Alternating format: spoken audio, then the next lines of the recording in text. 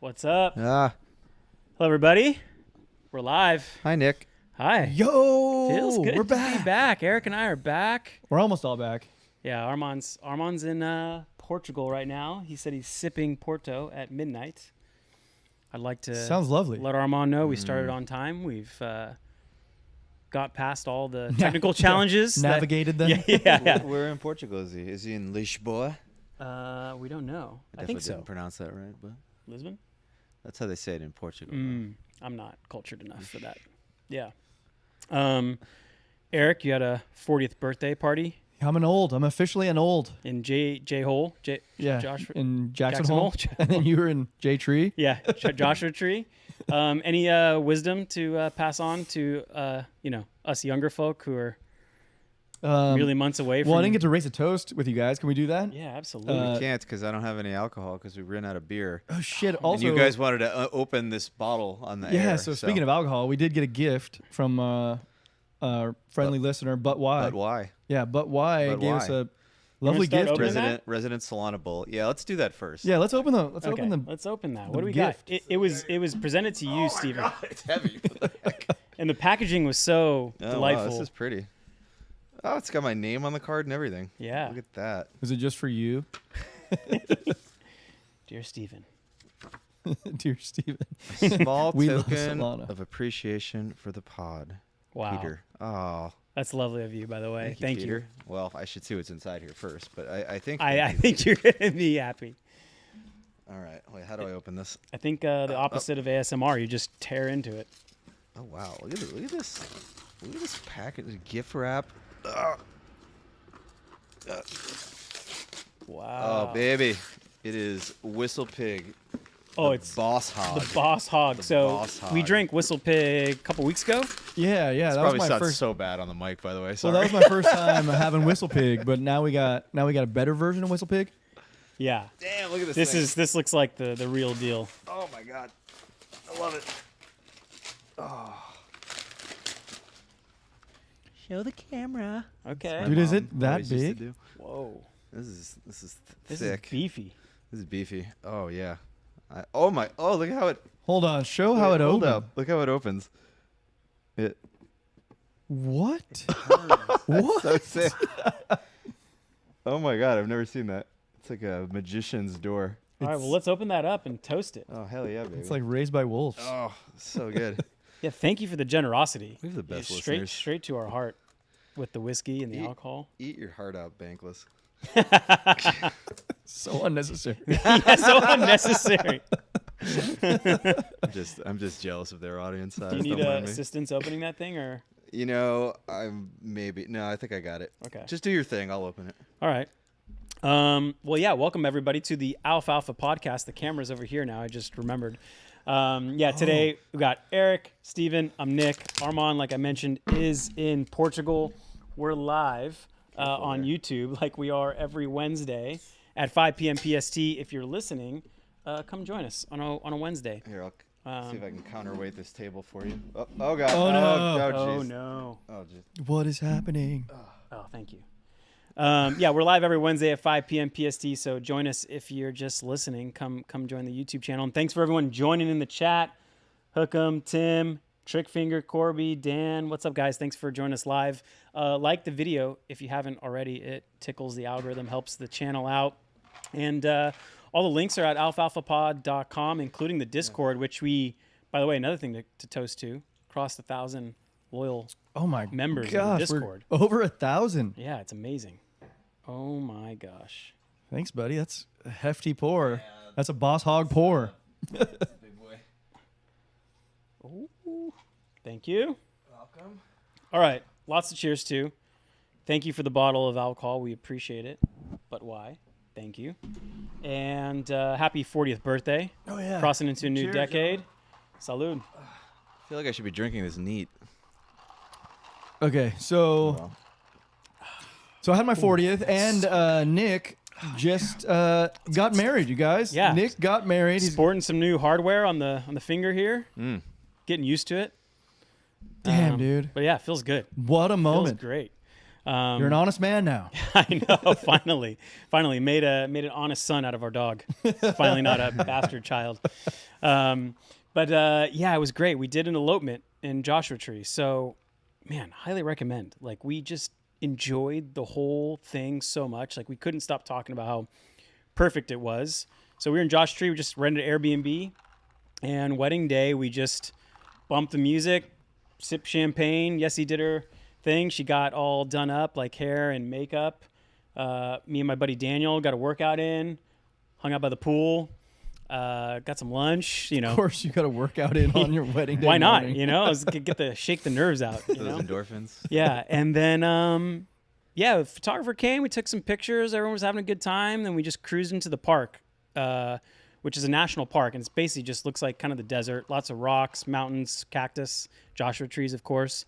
And we just picked a spot that looked really good. And Daniel crushed it as an efficient.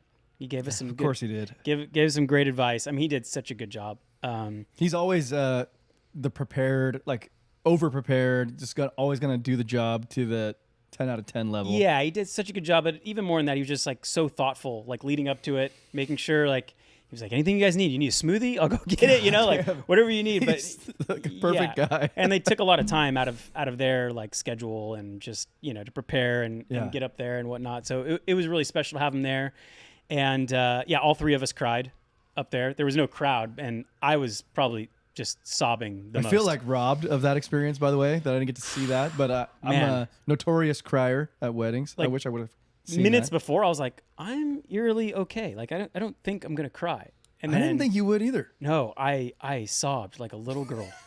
Like to the point where like there was snot coming out, and thankfully Daniel and his wife got me this like little handkerchief that said "Happy Tears" on it, which I brought and I used. Nice. That thing is in the washing machine right now. Nice job. But yeah, it was great. Yessie's vows just like, I just started crying left and right. And but anyway, yeah, it was really special. We enjoyed the whole moment. Then we popped some champagne and walked around Joshua Tree for a bit and came home and cooked some frozen pizzas at home and at the Airbnb and just enjoyed it. So, Sounds lovely. yeah, it was great. What was some of Daniel's words of wisdom about marriage?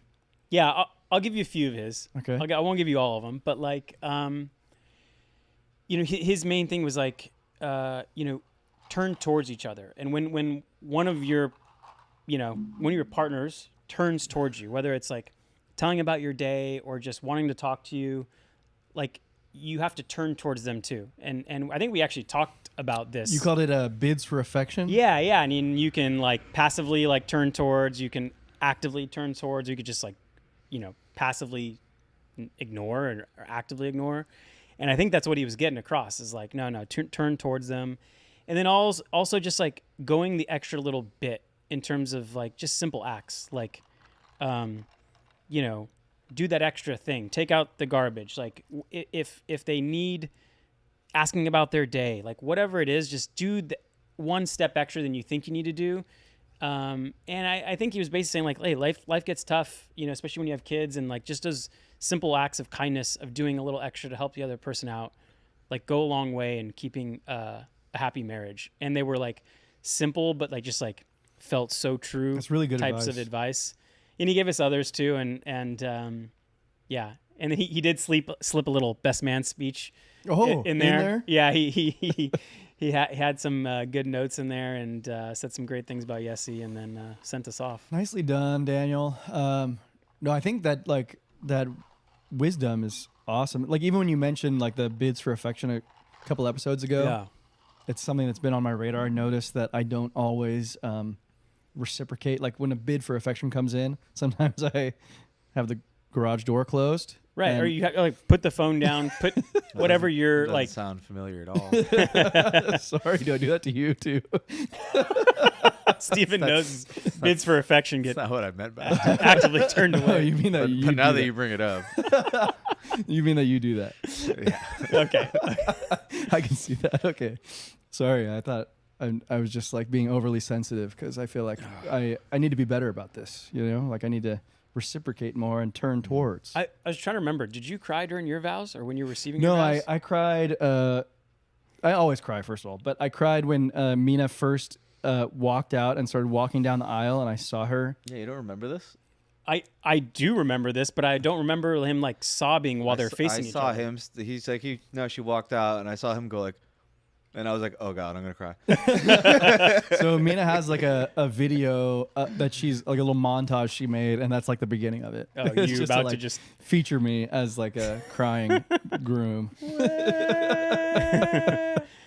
I don't know what it is. Like maybe guys don't like cry that often or express emotions. So when just bottle it up, when there's like a little crack in the dam, it just explodes. But yeah, Sounds that about definitely right. happens. That's totally it. Yeah. So anyway, yeah, big week, guys, all around. Yeah, so I turned 40, and I wanted to share like how I felt about turning tell 40. I'm the first of us to turn 40, right? Steven, you're shortly behind me. Yeah, I'm right there. Yeah. So I'm the first one to turn 40, and like something that I felt was weird. This is new to me. I think it's like in conjunction with the other stuff going on in life, like Mina's pregnant and stuff. But like I had this like overwhelming sensation of that like life isn't necessarily about me anymore. So like it started with this trip to Jackson Hole, which is like something I enjoyed, but like my initial plan was to go to Japan. And then like Mina was pregnant and she's like, oh, I don't want to go that far. So like going to Jackson Hole was cool, but then I also got to see my parents, and that was like another element of it where it's like they're 75-ish and her parents are also 75-ish, and we want to make an effort to like see them more. And it's like it's not necessarily like what I want to do with my free time, like top of the list, but it's like shit, we might only have like 5 years or so to like do fun stuff with them. And it's like that to me is like moving to the top of the priority list, where it's like not my desires, and I think that's okay. Like, but did you feel any I guess like introspection about like what you've accomplished in life so far? And like, because 40 is usually that time when people are like, oh, like I either am ahead of where I expected to be or not even close, and that's like kind of a moment where people reflect like, no, I do that a lot. Okay. I do that a lot to begin with, and I always think that like, God damn, if I had a little more of my mom in me, I would have taken over the world by now. Yeah. So at this point, it wasn't any of that. I do that all the time already, but this one was more about like understanding that the pages have turned to this new chapter, and the new chapter is, for me, it's like prioritizing other people, which I haven't really done much of. Daniel has a bunch of good wisdom, and I mentioned that, we were talking about how you turned 40, and he's like, when I turned 40, I just kind of like, the big thing that came in my mind was that this isn't a dress rehearsal. This is it. And so I have to, one, make sure I'm as healthy as possible so that I can, live as long as possible. You talked about like thinking about ages when his daughter and son are 12, 18, 30, and what age he will be and what that means in terms of like how much time he has, and just enjoying, the time with his children in particular. Dude, that's a good one. And it was like a kind of like a focuser, I guess. So that's a good one. I think like the fitness thing is something that I've started to wonder if I'm going to slip on, right? Like I think I've obviously slipped since like college days or whatever, but for 40, I still pretty good. But I was thinking like, right now I have this like intrinsic motivation to go exercise that is like where it is. And I'm like, okay, so if that's my intrinsic motivation to go exercise, but then I have new responsibilities coming where I have like energy going out towards a baby and new things, like my motivation to work out is only going to take me to where I am now. Like I need more to get when I have less energy.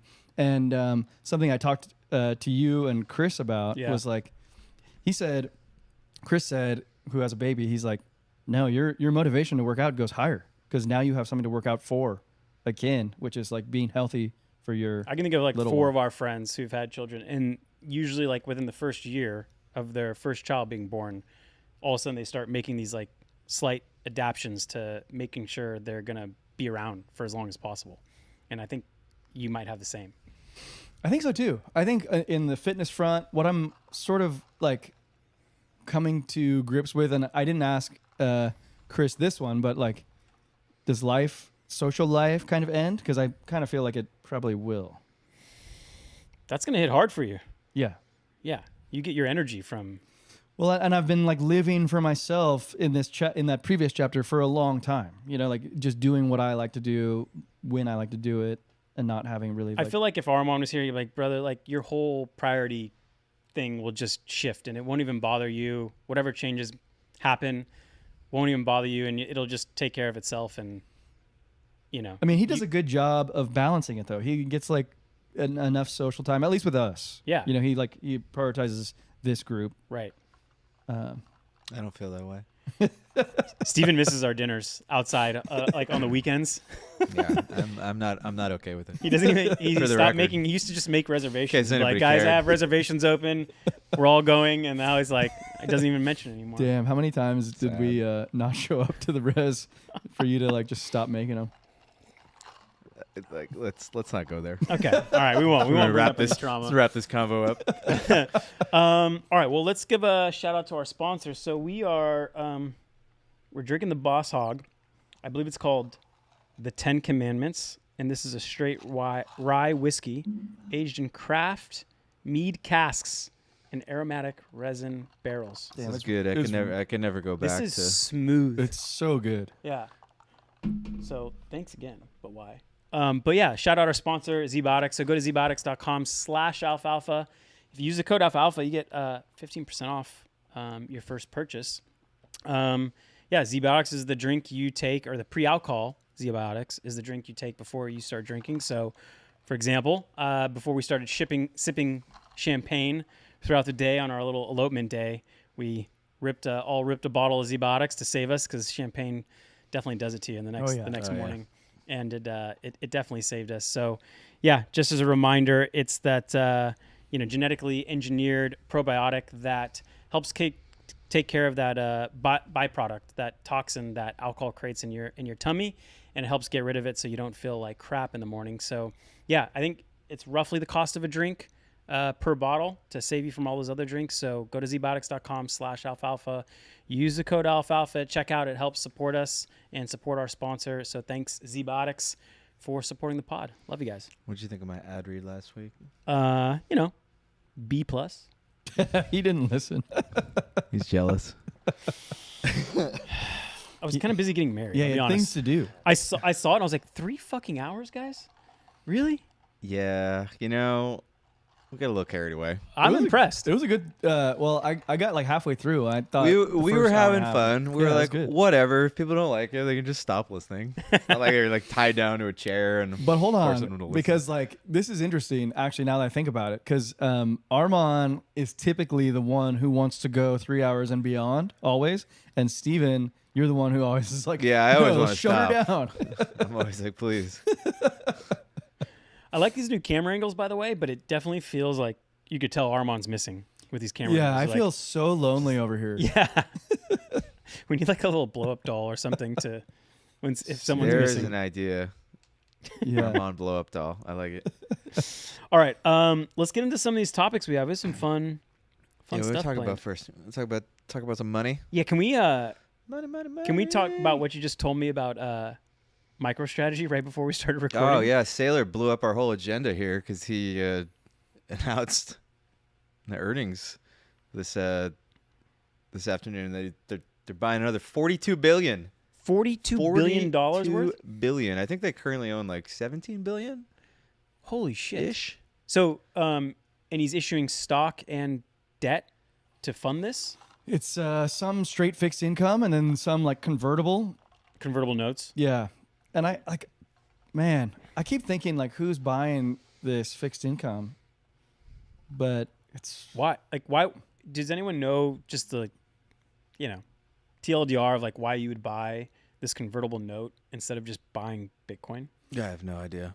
well, I mean, it keeps fucking performing. So, like for those guys that play in that realm, it's like the best game in town. And I assume the convertible note, if you convert it into shares, it's at a discount to the current share price, right? So Yeah. like, You So get- this appeals to like a very specific Yeah. kind of manager. Right. And there's people out there that like want fixed income or want convertible products that like kind of like act as fixed So some income. guys start buying this. They start like wildly outperforming their peers. Yeah. All their investors are like, "What the hell? Right. Eric's crushing. What are you doing?" And then But like everybody- compared to the equity, like you'd rather just own the equity because Yeah. MSTR But stock I is I just assume a little more volatility there in the MSTR. lately only to the upside, as someone in our Discord mentioned when you talked about portfolio vol weightings.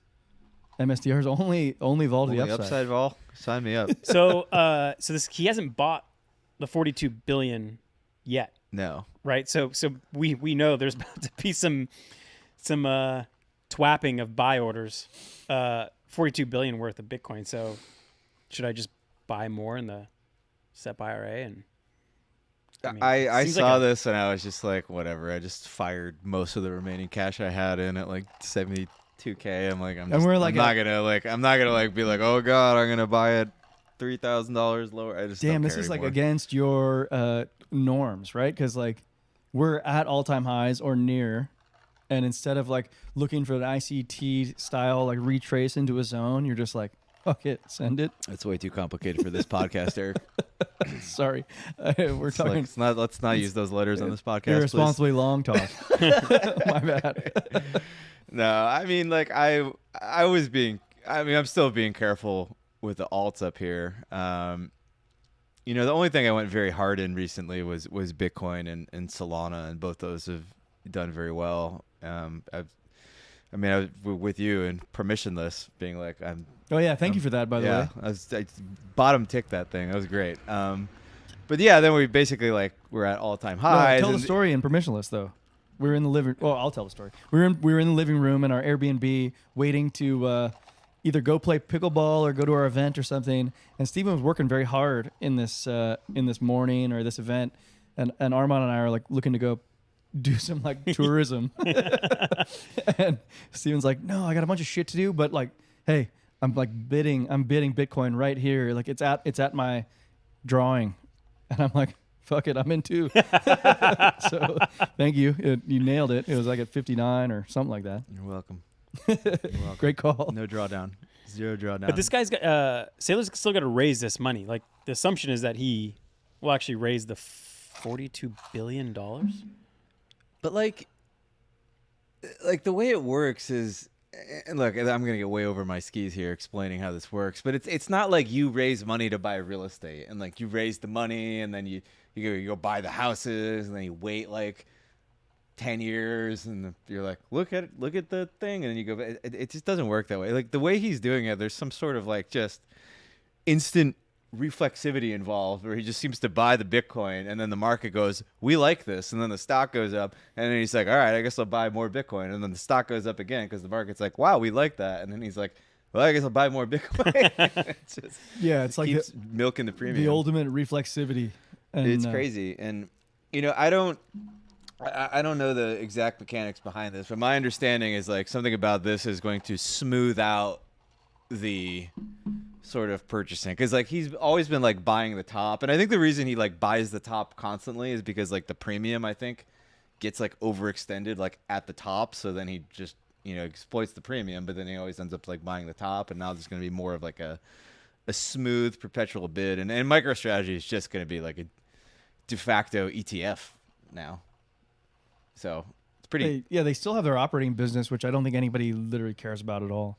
But I think what's interesting about MicroStrategy now is that it's something we talked about off air, but a couple of years ago, we were at ETH Denver, we were interviewing Ledger, and we had brought up to Ledger this idea that Coinbase stock was maybe the best way to play crypto at large. And he was like, okay, yeah, that's an interesting take. And Coinbase did pretty well. But like, I think now a couple of years later, like at least in my mind, I can like plant the flag. I know what the best way to play crypto was at that time. It was MicroStrategy. Right. MicroStrategy is the best way. Mm. I kind of mitted it. I fudded it. It sounded I was wrong. riskier, to be honest. And Hookem in the chat mentions some institutions can buy MSTR, but still can't buy crypto directly due to regulations. So they still have some. Right. So maybe that causes the demand for. I know that shout out Quinn Thompson. He mentioned on X that one of the interesting things about this is going to really catapult them probably into like an index which is going to put this God. perpetual bid, No on them, way. which is just going to just sort of just Dude, imagine they're part of S&P 500. Of course. just perpetual Bitcoin bidding I machine. think there's a 'Cause you strict get the passive flows coming in to just buy. I mean, it there's at that strict point. rules on how to get included, and I don't know if they meet Market those cap rules. can't be the only thing. No, it's certainly not. Like But I mean, revenue. like, What about the fucking revenue? no, but they do meet on a lot of We they don't- meet a lot of we don't do criteria, which is just like having audited financial statements going back a certain Okay. amount of time and stuff. So maybe they will. I mean, it's probably just a matter of time. They put in SMCI like 6 months ago, and those financials are fucking fraudulent. Nice. Oh man, that auditor letter about the I didn't see that. Oh, it's so good. They're like, we agree with the first sentence of the first paragraph, the third sentence of the second paragraph, the first three sentences of the third paragraph, and we have no basis for agreeing for the rest of the financial statements. And we quit. yeah, and we quit. And they're the second ones that quit. That was Ernst & Young, and then Deloitte had quit like 6 months ago. Oh my god. They're done. It was such an odd statement. Like they're like, we agree with these 7 sentences, and that's it. That's all we can agree with. All right, let's get into something else. So you want to get into well, we have some like Trump tariffs. We have some stocks that will go. Yeah, let's keep it in the money realm. Let's keep it in the crypto realm. I mean, Yeah, let's do it. I want to chat a little bit more about the corn. Okay. I guess. Cool. I want to take a room temperature check. Like how allocated are you guys right now? Well, I have like cash flow coming in, so I haven't allocated the new cash flow. Okay. It's just I just been sitting it in cash. Reasonable. I haven't like deployed it. You know, it's maybe arrived in the last like I don't know 3 months. Okay. So not fully, but I you're- also feel comfortable with this level you're of cash. deployed. Yeah. You're basically fully deployed. Are you deployed? You don't look deployed. You've got your I'm not deployed face on. Well, I'm a guy who like is never deployed. I mean, like part of my part of my thing is to like always have like way more cash than most on hand because like I actually use it. Like I don't even. It's not like I use the cash to spend it. I use it as just a collateral to like do my Sell puts? to sell options, which is like such an easy game for me. And you know, I think like depending on how I want to run it, aggressive or conservative, I can get like 20, like I can easily get double digits returns on cash, you know, upwards of like 20, 30% on cash. So like, I always want to have it. Hello. But like, am I deployed into crypto? Like I'm like fully deployed to crypto to the extent that I want to be essentially. Like I have like a huge crypto bag for like a TradFi guy. Right. That's fair. Is it Bitcoin heavy? It's Bitcoin and ETH heavy and probably skewed more towards ETH. And when I say probably, it's like definitely more skewed towards ETH. But I also have like a lot of Bitcoin too because Many such cases. I like Bitcoin. I think I'm similar to him. It's Bitcoin, ETH, Solana, and then a bunch of random stuff, some NFTs, a smaller percentage. like I have some random stuff too that I wish I never even looked at because like if I would have just stayed. But it's overweight ETH, like in terms of like market cap, or I didn't look at your volatility adjusted like weightings, but in terms of market cap, it's definitely more ETH. Yeah, and like Solana, I look at like everyone who looks at crypto now is like thinking about probably like Bitcoin is like a kind of safe and obvious play, which I agree with.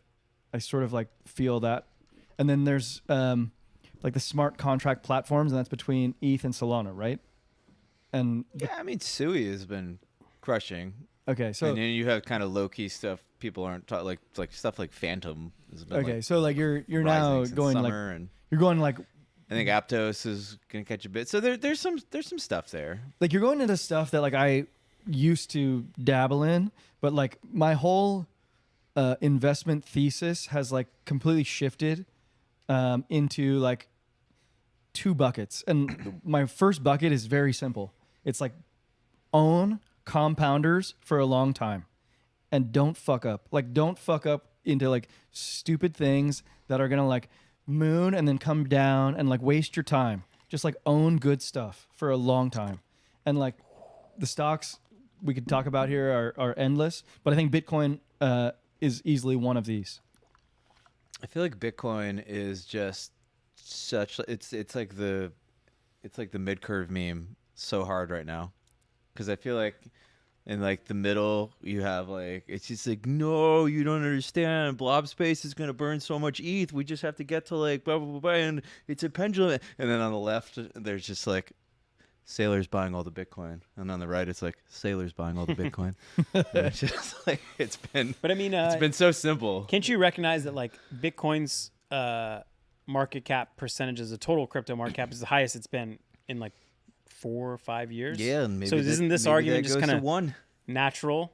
Maybe it goes to 1. Maybe it does. But like you have to be aware, like this is the moment when these types of like feelings come up, when Bitcoin is just outperforming most of the... Yeah, it's been outperforming everything for like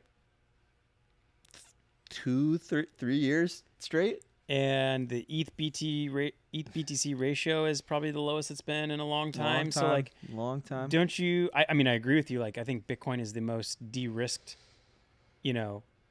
asset out of all of crypto. So, but don't you feel like a contrarian trade seems ripe right around now?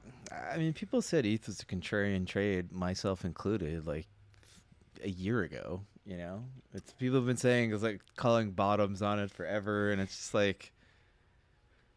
Sometimes stuff that goes down just like keeps going down, and it just goes down. So, because I came to crypto later than you guys, and something I thought of. Well, I don't know. I just like noticed that I missed the cycle prior to when I jumped in, which was like DeFi summer. Mm-hmm. But before that, there was stuff that like just was from before that kind of languished, EOS and like just. Stuff that we would consider stupid now, but like people weren't considering stupid then. 2017, right? Yeah, like, I wasn't around. Yeah, but like I know that those tickers are still around, and like is like what's going to be that? There's naturally going to be some stuff that's that from when I started. Well, oh for sure, yeah.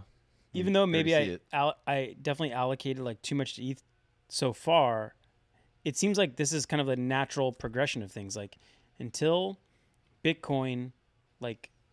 Emphatically breaks out to like a new all-time high and is on its way on a full bull run, it still takes like 2 to 3 months before ETH kind of really has its own run. So like, are we really that outside of the cycle playbook? I mean, maybe. Look, we're dealing with like a sample size of 2 here, first of all. So let's not extrapolate too much. There are different dynamics this time, right? Like one of the major dynamics is that a lot of Bitcoin demand could be driven via ETFs, right? And a lot of that money might not like recirculate in crypto. It's like super worth thinking about.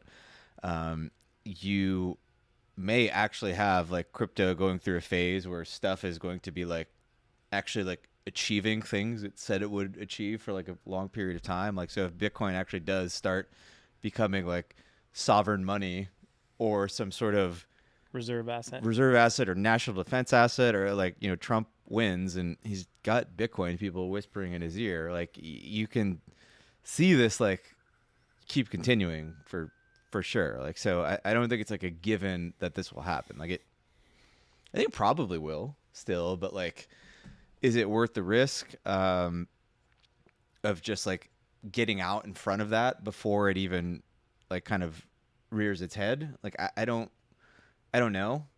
Like it's definitely a time where like I have like I have like a little altcoin bag. I got a cute little like 10% of the portfolio, kind of like non BTC Sol ETH bag. Actually, and also non meme bag. But like other than that, like I just want like a little something just to get a feel. But there's a lot of narratives that could take hold now too. Like the main there's like 2 big things in my head. Like one of them is going to be what happens to memes after the election. I think is like a really interesting discussion because I find it so uninteresting. But yeah, I'm willing to tell me where entertain the interest lies, because isn't there so many other just I don't know, more predictable, I think highly correlated things? No, memes are very interesting in that they're the asset class within crypto where I think you have the like most potential delta in terms of like what could actually transpire versus where stuff is. Like the sort of aggregate market cap of this stuff is still very, very, very low. We're just starting to see funds like allocate to this stuff. and you see cases of these things sprouting up where like there's actually like sort of a reason for them to exist, and they're doing things that are interesting. And like memes, like we've talked about, I think in the past, like the idea of like memes as sort of like an attention speculation market, like this stuff is starting to play out. I think to completely ignore it is silly. But I do think it's worth asking, like, how much of the demand for memes is because like people truly love memes and people love to gamble and it's just like the best way to do crypto, versus like people got so disillusioned with all of the other tokens because they just let's be honest, they just suck. They don't do anything, and B, like the VCs just perpetually dump on you, right? So like who would want to buy them? So of course the capital would go to memes. But the question you have to ask is like, okay, in a world where Trump does win, he does come into office, and then the SEC is just like regulatory bonanza now. Like here's the rules, now go for it. And like all of these utility worthless gov tokens become like actual like equity tokens with cash. Like does this capital start going like, oh wait, we should buy this stuff, and then it flows there, and like memes suffer, or at least like the higher market cap memes? It's a thing worth asking. So that's a big question. Yeah, I think the space actually gets interesting once it's allowed to be interesting instead of just be a joke. Yeah, and I think the space is interesting right now. I think interesting stuff is happening. I see like all of the green shoots of like interesting things. It does remind me of 2020 right now, where I have been in this space like chronically online in it for years. I once again like see interesting things happening. People around me are generally like apathetic and disillusioned, but like Bitcoin is like on the verge of breaking out, much like it was, back then, and like still the enthusiasm is kind of like blasé. So I see a lot of parallels, and I think it could be like a really, really interesting time. Yeah, I agree. To be in the space. I agree. I think there's a path, and it's like a pretty reasonable probability. Like it's not like a fucking straight draw inside or something. Like this is like a reasonable probability where like crypto becomes euphoric again for reasons that are actually like reasonable, not like just insane clown stuff, fart coin, like real things, where like crypto becomes pretty interesting and fun. Yeah. And I think at the top end of the I don't think the strategy is like that interesting. Like I think you probably just overweight Bitcoin. Well, not overweight, but you just weight it the way it should be weighted, and you probably end up with like a lot of Bitcoin. And then you probably like overweight Solana a little bit relative to ETH, but probably not too much, because you could get burned on that, I think. And then you probably have some other Sol type things in there, because people are going to probably bid Sui and Aptos and this shit, because people are going to want the downstream version of that. You're going to probably get like a Solana ETF trade, right, which is going to be the big one. I think that's going to be the big one that people probably want to bid if like we get like a Trump SEC, right? And I think when that plays out, then I think it's like an interesting time to think about like a big ETH catch up. But then like downstream from that, in the smaller market cap stuff, there's probably interesting plays. Like you have a lot of kind of VC stuff that's been like beat the hell down and probably cast aside as worthless because everybody hates all that shit so much, but there's probably some gems in there. There's probably a lot of stuff in the realm of like your Uniswaps of the world that like have like an interesting future and like a regulatory regime. I love Uniswap, but do you think we're getting a little irresponsibly long here? Not too much. This is fine. This is fine. I mean, you're probably 6 or 7 days away right now, so from finding out if these things have. So let's talk about that. Like if Trump gets elected, everything you just said is like contingent on Trump getting elected.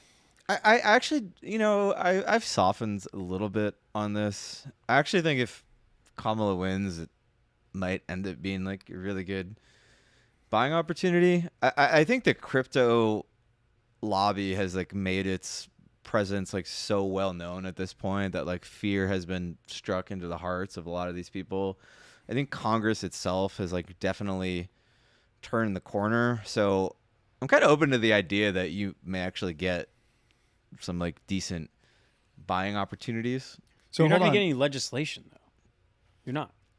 So hold on. Like if I don't know. That might be true. I think it's a worse scenario, but like Kamala gets elected, they're probably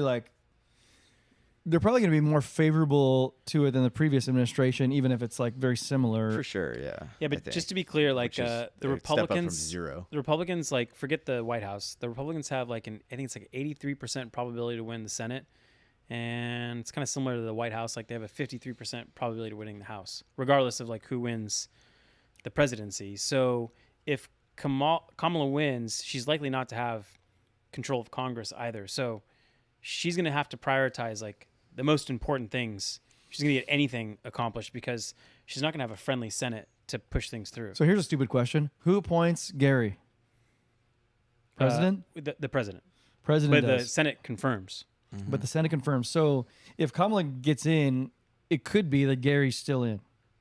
Unlikely, I think at this point. That's unlikely. I think he's toxic at this point. Like, and even Kamala recognizes that. Yeah, I'd hope so. And then if Trump gets in, it's very likely that Gary's out. Like Gary's almost a gone certainty. like 100%. Yeah, the transition team holds a lot of Bitcoin. Because I feel like that alone would be incredibly bullish for the space. Gary is like an anvil over the that space. weight will be lifted and it'll be good. But it's not like you're gonna have a guy as the VP who literally trades like fucking shit coins, right? He's JD Vance. JD Yeah. Vance trades shitcoins. Oh yeah, and the big Bitcoiner, but like more than Bitcoin, right? You got this guy literally next to Trump. Like it's a very bullish scenario. Like This is very, gonna very, be very, insane. very bullish. And if he wins, scenario. I think he's like the most likely outcome if Trump wins is that he will have the sweep, the House, And he's the going to Senate. sweep. Okay. 50% chance of sweep, but that includes the odds Trump wins. So given that Trump wins, very high, Which is still Oh, a coin toss. by very the way. high chance yeah, of right. a sweep. Right. And like, Because there's some correlation here in where the polls may. right. you know. And like, I have my own opinion on the odds of the presidency, which is like different from the polls. Like, I feel like Trump is going to win this thing just based on my own No, observation. I think it's still a coin toss. Okay. I even like betting the prediction markets on It's definitely Kamala. it's definitely not a coin toss. It's definitely a coin It's toss. definitely not a coin toss. like, I'll take as much action as you want at a coin toss. I'm excited that we're I don't know gonna- what you're going to do. Trade the spread? I don't know. I will guarantee you I won't trade the spread. Okay. I will just I'm just let it ride, excited baby. that No arbs. we've agreed to have like a party to watch this thing at Steven's house. I want gonna be predictions a at some point because wreck. like the next pod we have is the day after It's the day election after. day, and Oh my God, you're right. hopefully we'll know might who the not be winner there. is. We might not know, but at some point we got to get Steven's predictions. gonna be in a dark dungeon. I might not be there. It might be bad. You guys gotta pray for me. we just bring the equipment over to his house. Get it just from Steven's bed. We have to get him out, put the lights on him to get him out of bed. Okay, well, I feel okay. You want to talk? Can we talk Trump now Yeah. more? Or? Yeah, let's do it. Where do you want to start? We got more money stuff to talk about. But Yeah, we let's can talk detour. about We Trump can winners. detour. Let's Trump. Well, what do you want to talk about? Oh, in you terms want of to talk money? about financial Trump? Yeah. Yeah. Let's do Yeah, it. yeah, that's what I meant. Yeah. Okay. So I thought you wanted to talk politics. I was like, we will in a second. No. But I think what we wanted to talk about was like things that would do well if Trump wins. And, you know, I think it's good disclaimer here that most of those things have already had a pretty decent run up. They're Yeah. kind Like of leading like into this. making themselves clear. Yeah, like they're kind of already obvious, but I still think it's like a fun thing to go through. I have some. So I borrowed from Citrini, and listeners might recognize him because he called the short on Silicon Valley Bank. He had Dude. some good AI winners. This He guy's called a fucking legend. GLP-1. He's like a really good thematic analyst of companies. And so I think part back, how long ago was this? Maybe like in March of this year, he introduced like a Trump Biden basket. And basically like he positioned away like how to trade a Trump win. And I like some of these. We're going to talk about tariffs later, but he said, for example, BJ's Wholesale is like a Costco competitor. They focus on domestic products, and a retail store like Target is more imported goods. So he's basically saying long BJ's, short. Oh, I like that. Okay, so Target. that theme that he's describing there is like a Made in America theme. Yeah, basically like tariff winners and losers. Yeah. He's got a few more. I'll just list them. Our House, luxury home furniture. So these are 2 furniture stores. Our House, one makes it domestically. Restoration Hardware. I've seen some of that stuff in your house. Oh God, Mina. Yeah. Mina will fuck kill them. you. she's in the trees with a crosshair. Dude, behind I me. Fucking $25,000 couches. Get the fuck I outta told here. Yessie, I was like, you see that place? We're not walking into that store. Like we don't walk Dude, by the windows. Girls in Restoration Hardware, it's like moth to a flame. I was like, It's listen, like, let's just be honest. We don't want to spend $25,000 on a couch. So, like, let's just never walk in there. Because if we don't walk in there, like, it just won't be part of our reality. You better be careful. Mina is gonna Will Smith you. She's gonna walk on stage. You better be careful. Just got to tell Mina, don't be in Yessie's ear. But anyway, RH makes most of their stuff internationally. So, long R House, short RH. Love the pair trades. Yeah, those are the pair trades he had regarding tariffs. Man, that sounds like a money printer. I Yeah. love it. Yeah, and it's done well, and he shows it matched against like Trump's probability to win, and it's like a correlation of like 95%. It's playing out. Yeah, it's The playing market's out. not stupid. Did you guys see any in the list that we went through? Anyone that caught your eye, like that were either just interesting or? I just love the themes. Like, I love that he has a basket for social instability. Yeah. So what's in there? It's like private security forces. It's like detention centers, private jails. What has he got in here? Yeah, jails. Can Oh, you, yeah. Can you like read off the themes for me? Just like the headlines, and then there's gonna be like companies underneath. But what go are through the some of the themes? descriptions? They're pretty juicy. Okay, so NATO and defense. Good You one. can throw this up. Oh yeah, I'll throw it on the screen. You want to throw it on there? Okay, yeah, we got some stuff. We basically long European defense, short U.S. defense. I think the logic here is that he's going to make He's gonna make NATO pay their share, pay their weight. fair share. Yeah. Pay their fair share. Damn. Which I guess is bullish for Euro defense. So we get the show notes now, right? So we should publish these in the show notes for people. Well, Yeah, it I might mean, be this is like copyrighted. this is kind of like a Oh, is this behind- copyrighted? This is behind the paywall, and Oh, it is. I feel okay. We shouldn't be showing this on the. I feel okay doing it because like it's old, and also we've been proponents Okay. of like, hey, we like We're this guy's sort of stuff. like Okay, guys. We pay for it. we're too. advertising for We him do, right now. we Yeah. do, but you guys should also buy it so that Yeah. we don't feel so guilty. Yeah, I think it's like $2,000 a year. I think. I don't know. All right, I don't need to show it anymore. Okay. Oh man, yeah, I feel bad. I feel bad. We talk about it, broad themes. Yeah. Yeah, long for-profit education.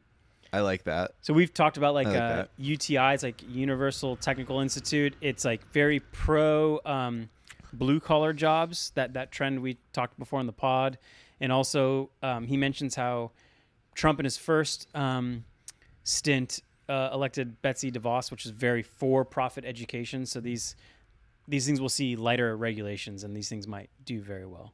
Cool. And UTI is one of them. Good one. Good theme. Like that. We are long onshoring facilitators and beneficiaries, obviously. Short nearshoring.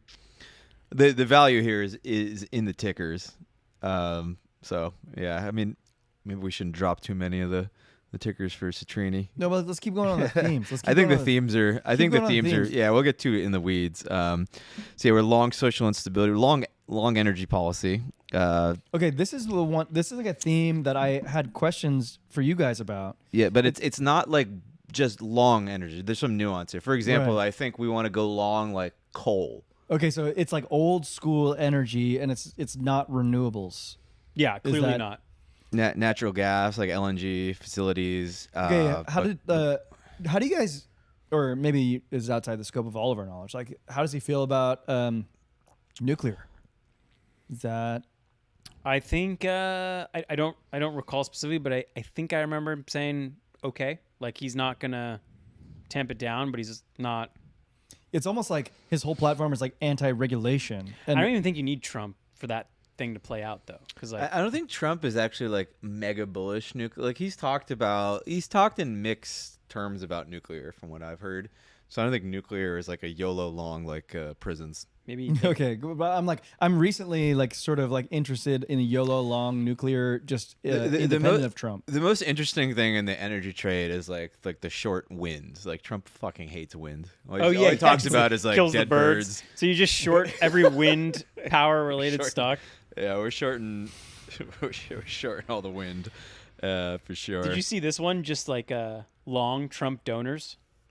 Oh, that was an interesting one. Yeah, so like obviously Tesla is the way you could play Musk. He's probably the largest donor at this point. Yeah, Tesla's got a moon. Okay, first of all, this is the TLDR. The whole segment is just go long Tesla. I think. Yeah, I mean it'd be nice if you go long SpaceX and everything else, but long Tesla seems like a play. Tesla's gonna violate my lines. I think Palantir is like also the CEO is like a big Trump donor.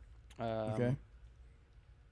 Yeah, so that's one, and then I also like the crypto play just as a like what we've already talked about. Yeah, Bitcoin, crypto. Solana in particular. Crypto's a no-brainer. I mean, crypto is going to give you there's no way anything gives you a bigger gain than like some of these like smaller cap cryptos. Like if you can find the small caps. But like, okay, so I was playing around with my stock screener this morning, and I was looking at the best returns over the last 3 years. Sorry, the last 3 years, which is not indicative of what's going on in the next 4 or whatever. But like the last 3 years, Nvidia was number 2, and like the stock that was number 1 would shock you.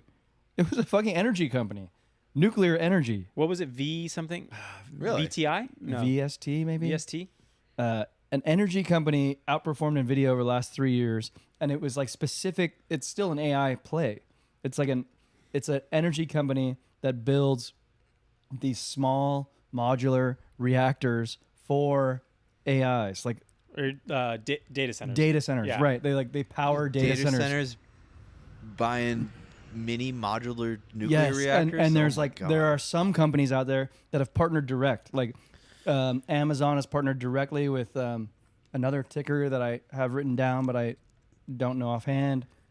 So like these things are crushing, and the number one has outperformed Nvidia over the last 3 Wow, years. I didn't know that. That's a good. That's a fun. That's a good factoid. pull. This like this whole vertical is interesting to me. That's why I'm interested in like Trump's energy policy. I guess. I think it's like a non-correlated thing. Like it's not. Agree. It's not negative or too positive. Didn't Microsoft try to buy like 3 Mile Island or some shit? They're partnering to like revitalize it. Yeah, And it's I like, think all of these are like more like letters of intent. Like, yeah, if you get that thing back up and running, or if you get your nuclear technology, like we'll be here to buy, to be a I see. customer of yours. I don't think it's like, they're handing him billions of dollars. You good over there? You took a big gulp of whiskey. If you throw up on camera, this is going to be truly legendary. camera's on you guys. Make sure to switch to yourself if you on you. projectile I put it vomit. on me Oh, okay. just so other people know. Let the people know what I'm going through. You I'm good? I'm good. Okay, good. I don't have any like water for you or anything. No, I have a Modelo. Okay, good. Yeah, This that'll whiskey's amazing neat. help. Wow, by that the way. looked. You're on the verge. That was a deep. Is it like a pull. 40-year-old like acid reflux thing, or is it just you took too big of a gulp? I'm an old now. Okay, you're an old. Any other winners that we should talk about? The private prisons and detention centers shouldn't be like overlooked, because like this mean- is like the pure play. Basically, like he's going to be holding illegal immigrants in these detention centers that Damn it. cross over. Do you guys like? Do you ever like invest with your hearts? Because like this is one of the most heinous. You want to go bullish internment camp? This is like one of Does the that- most does heinous that feel things to wrong put to your you? money I think into. Michael Burry was like a big fan of this one. Like, That autist. yeah, he's no It's- feelings. It's so bad to like support stuff like this. I don't think I would long internment camp. It's so bad. Like I think I that's. honestly don't I think know. that's. I think it's below my line. Above yeah, my line. I don't know. I see what you're saying, It's and on the other- I it's on the other side of the line. think I agree. I'm a capitalist, but like there's many ways to make money, and I don't have to make money that way. I honestly don't know enough about it to like have a strong enough opinion. Like, yeah, on the one-liner summary, it sounds bad, but I don't know. Well, I mean, just I think I'm going to quote you. Okay. Look at the I'm scared. incentives. That's all you need to do. Yeah, that's true. Isn't there like a Vice ETF that's got like alcohol, Philip Morris? Vice. I Yeah. love that. It's like the UFO one. Yeah. How was that thing? Wasn't that thing crushing? Oh God, what was the stock that was like unbeatable? It was like the publicly traded like strip club. Oh, Rick's. Rick's. Rick. Is Rick's like a banger stock? Well, it's just more of like a economic An indicator. indicator? Yeah, Yeah. like Oh, if when people aren't going to stop strip going clubs, to Rick's, then yeah. it's like a red flag. yeah, it's like a conglomerate of strip clubs. so Oh dumb. my god. All right, another Trump trade that I wanted to talk to you guys about is the 10-year Treasury yield. Okay. So, like, if you're not like a common market watcher, you may not know this, but the yield on the 10-year has like spiked considerably. I think it's at like 4.25% now, and it's had like a drastic move. Typically, you don't see this in Treasury yields. So, if you were holding the 10-year before, you've lost quite a bit of money because the yield has gone up. And I think the reason is because basically people think Trump's going to win, and maybe his policies are going to be quite inflationary. Is one reason.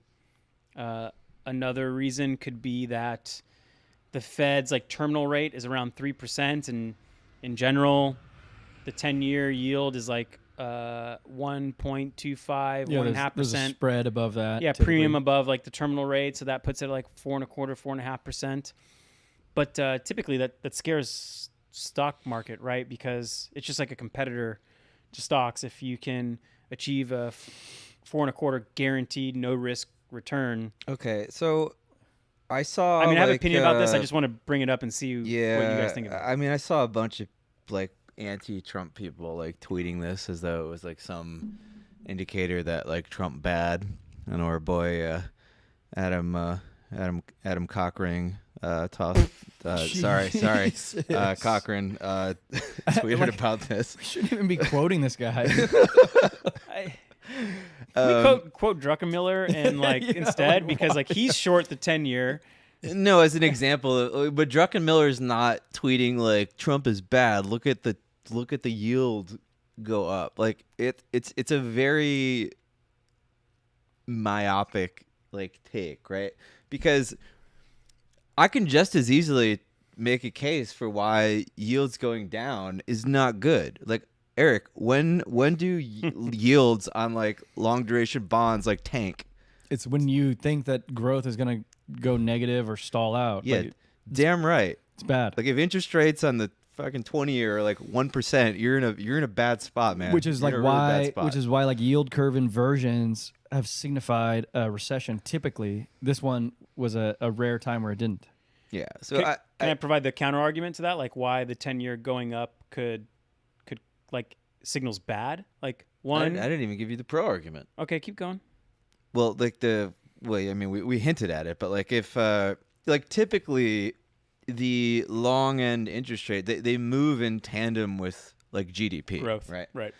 So in a world where GDP suddenly went to like 7%, like you would just expect that you wouldn't expect the 10-year to be trading at 5%. It would make like no freaking sense. It would have to trade at some premium above growth, and like while it's true that would be technically inflationary, it's a question of like degree, like how bad, how much inflation versus how much GDP. What is inflating? Like are real wages rising, or what's going up, right? Like some of the best times in the history of this country, we've had like relatively high interest rates. Like this isn't just like necessarily like an inherent like bad thing. It's just very simplistic thinking.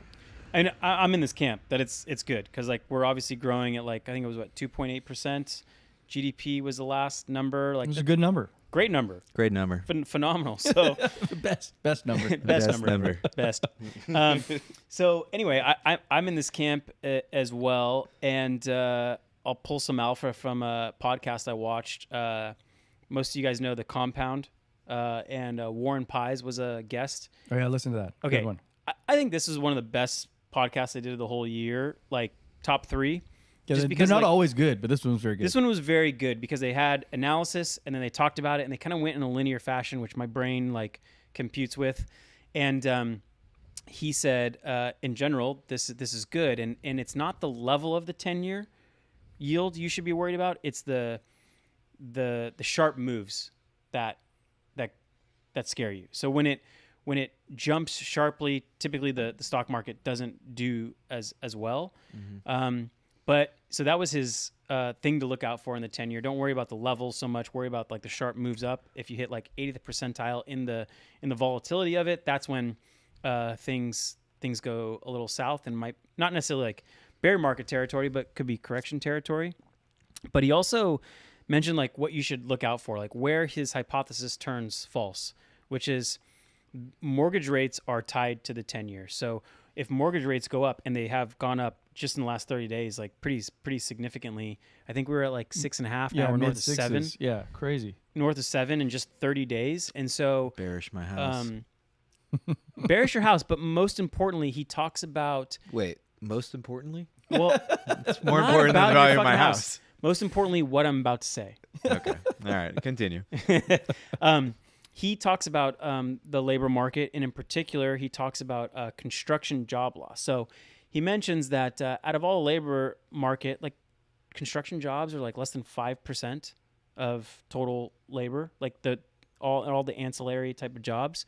But in recessions, they typically result in 30% of the job loss. So like you really want to pay attention to housing, construction, labor market. And if he's saying if the 10-year goes up too much and mortgage rates go up too much, there won't be demand for as much housing. So therefore, you see job loss in the construction market, and that is his indicator of like a 3 to 6 month lead time of a recession happening. And he's pretty original in his analysis and the charts, but that is his kind of like main one that he looks at is labor market and specifically construction jobs. So I like how he gave a hypothesis, but he also said, okay, but if this happens, then my hypothesis is false. But as of now, I think that checks out. Like it's in the green. Yeah, and he says like it's on the edge. Like he tries to look at like housing starts and that labor statistic. Because on this same pod, like their main thesis was like stronger begets stronger. Yeah, I mean they're ridiculously bullish. Like I think he said like end of 2026, like S&P 500 7,000 or something. He said that earnings growth over the next 2 years, 2025 and 2026, is like north of 30%. So even if the PE ratio, the multiples are high, like you might see earnings growth grow out of it. And then they combated this like a typical take against the multiples of the stock market that they're, I don't know, they're probably in like what, the mid 20s and historicals like 19-ish. Mm-hmm. And they did this analysis where they looked at the what makes up the S&P 500 now versus like previous decades. And they made this like really good point, which I've never heard before, which is that the S&P now is made up of such higher quality companies than it was before. And Josh Brown is the host. He was like, yeah, fucking in the 90s, like Build-A-Bear Workshop was in the S&P 500. Like there was companies that didn't have positive cash flows and massive balance sheets. And another one of the hosts talks about just basic financial health metrics of the S&P 500 have gotten significantly better over the decades, like how much debt to cash, debt to earnings. Such like the obvious point. And like on the multiple thing that I've thought about that I've never heard anybody talk about is like with the money supply the way that it is, like of course you'd imagine multiples to rise in tandem with that. Yeah, money's right. So gonna that go alone somewhere. is a good argument, and then you realize that the makeup of the index is considerably changed. Right. You combine those factors together, like it probably should be higher. Debt up only. Yeah. Multiples up only.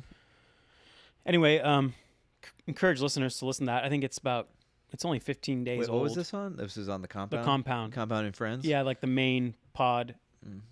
I liked it. Is there The Compound and the Compound and Friends? I think like the Compound is the channel, and the Compound and Friends is like their main show, and they have several other shows on it. I like the Compound.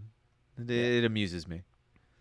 I don't know that I've ever gotten any like alpha there, but I'd say like it's a good time. The real alpha is like maybe 1 out of 10, and some of it's just kind of like entertaining if you like this Yeah. stuff. Like if you get a kick out of watching CNBC, it's like I mean, it's sort of like our show, if we're being honest. 1 out of 10. There's some alpha, and it's just kind of like fun. This episode, fun to talk somebody's with your like, boys about "What's this the stuff. fucking ticker?" Yeah, give me the fucking ticker. The ticker is ETH. God, it's been like all over my freaking. Vitalik said that. Is that That's why just people like are the saying meme on Twitter now. Everybody's just like, I don't "The even ticker understand- The ticker is ETH. I don't The understand ticker is crypto ETH." Twitter anymore. I've like aged out of crypto Twitter for You sure. done with it? Oh, you're 40 now, so Well, again, like You're basically 80 years old. what I want to talk about is this idea of compounders and like things that just go up over a long period of time in terms of their intrinsic value because of their continued existence. I think Bitcoin is that, clearly. It's a compounder. A compounder, like in stock land, is pretty clearly identifiable. It's like something that generates cash flows, reinvests those cash flows into the business to generate even more cash But flows. Bitcoin has no cash flows. But Bitcoin has no cash flows, so you extend that definition to be like it increases its intrinsic value over time. And See, one of the reasons that ETH kind of died, well, it didn't die, but like the price died. And certainly the price versus the benchmark died. Price of ETH. Like I know people are gonna say like, oh, it's not dead, whatever. Like I had somebody in my mentions today be like, well, just look at the now do the last 5 years. It was like the last 5 years, bro. It's like 8 decades in crypto. yeah. So like I get it. I get where people are coming from, and I'm like a big ETH holder too. So like I'm like aligned with your interests, but like you have to be realistic too. Like when you're looking at performance, like performance has lagged significantly. yeah, if you were like a fund manager, you know, you might be like, shit, am I gonna? So maybe Am I it's gonna- maybe it's a semantic thing. Like maybe you just say like performance has lagged significantly, and people say like, oh, okay, I agree. But yeah, Steven, look, keep going on that point. Wait. Why already ETH has lost my lagged significantly? no, but you led into it.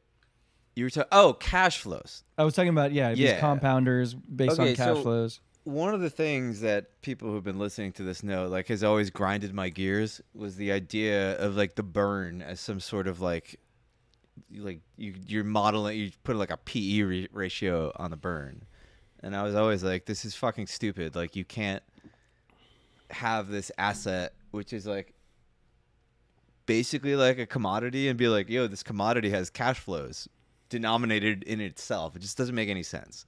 It was like always like a dumb idea, right? So one of the problems ETH has had is that like everybody latched very hard on it. Like one of the worst things you can do in crypto, I think, is like put like a cash flow on your project. 'Cause Dude, that's, I've tried to value this thing every which way that I know possible, and I've never been able to figure out a way to do it. So I agree with you. So Sam Russ Hanneman strikes again. yeah, it's literally the Russ Hanneman thing. What was Russ Anderson like? Never get revenue. He's on the phone. He's like, he hears them say, "Well, we need revenue." He goes, hold on a second. Wait, no revenue. Always pre-revenue. No, it's true. It's true. So that was one of like many of ETH's problems. Like one of its main problems, it was just simply like the valuation just gets so high. It became so consensus. It was owned by everybody in everybody's portfolio, and everybody. It was just, it couldn't meet those expectations, and then also you put like you have people start modeling it as like money or as like this discounted cash flow thing, and then you roll out blobs, and then the L2s just like suck up everything. To that point, I mean, like if you do want to try to treat like transaction fees as revenue, and then you move everything to layer 2 and then blobs, and then you just like eradicate your denominator, meaning like, or numerator, like you eradicate all of your revenues, like all the fees are gone. For now, I think, to get in the weeds a little bit, I think blobs are probably like a long-term very good thing. And I know that I know Tim Robinson made like a little model that he posted on Twitter either today or yesterday, where you could basically like kind of like model this stuff out with blobs, and it kind of showed that there's this like exponential ramp up actually, where like nothing's happening, but then the shit just starts turbo burning Right. ETH, right? I So mean, people that's the aren't idea. modeling that correctly. But like, so Sam Kazemian, like the founder of Frax, he put out a really good thread that people should read where he calls out like a lot of stuff. But one of the main things he calls out is this You want stuff me to that's pull it always up irked on the me. screen? Yeah, I guess we could pull it up. It's a 24-point thread, so it's definitely a little in the weeds. But he proposes a new system for valuing digital commodities like L1 tokens. I mean, he divides tokens into two categories, basically like equity tokens and commodity tokens, and that's the framework. Yeah. And I believe in that. Maybe meme tokens are a separate commodity, like a Third truly category. worthless, just no utility token. Maybe Yeah. that's a thing. But even a meme token, you could conceive of the idea that in the future this might become some sort of commodity. with a Commodity, use case, probably, yeah.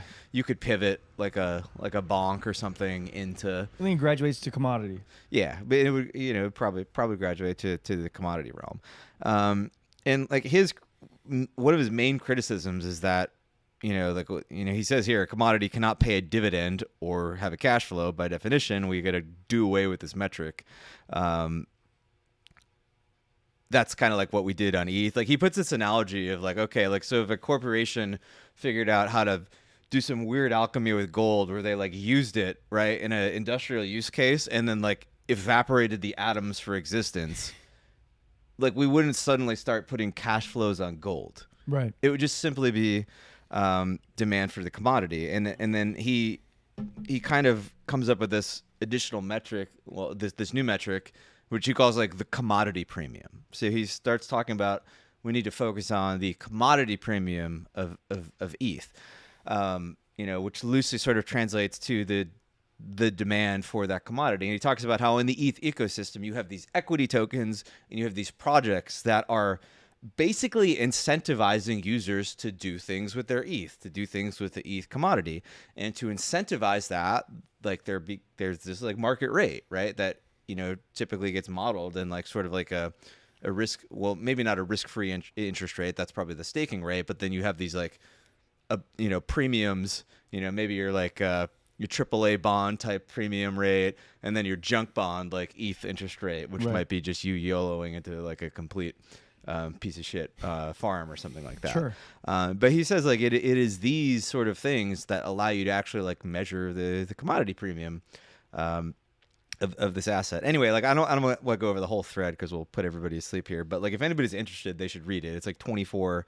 It's at 24 points here. But like the TLDR of this is that we need to have like a long, drawn out like reshaping of the sort of PR around ETH and how we think about its value and everything. It's been like totally corrupted, and like this is going to take a while to fix, I think.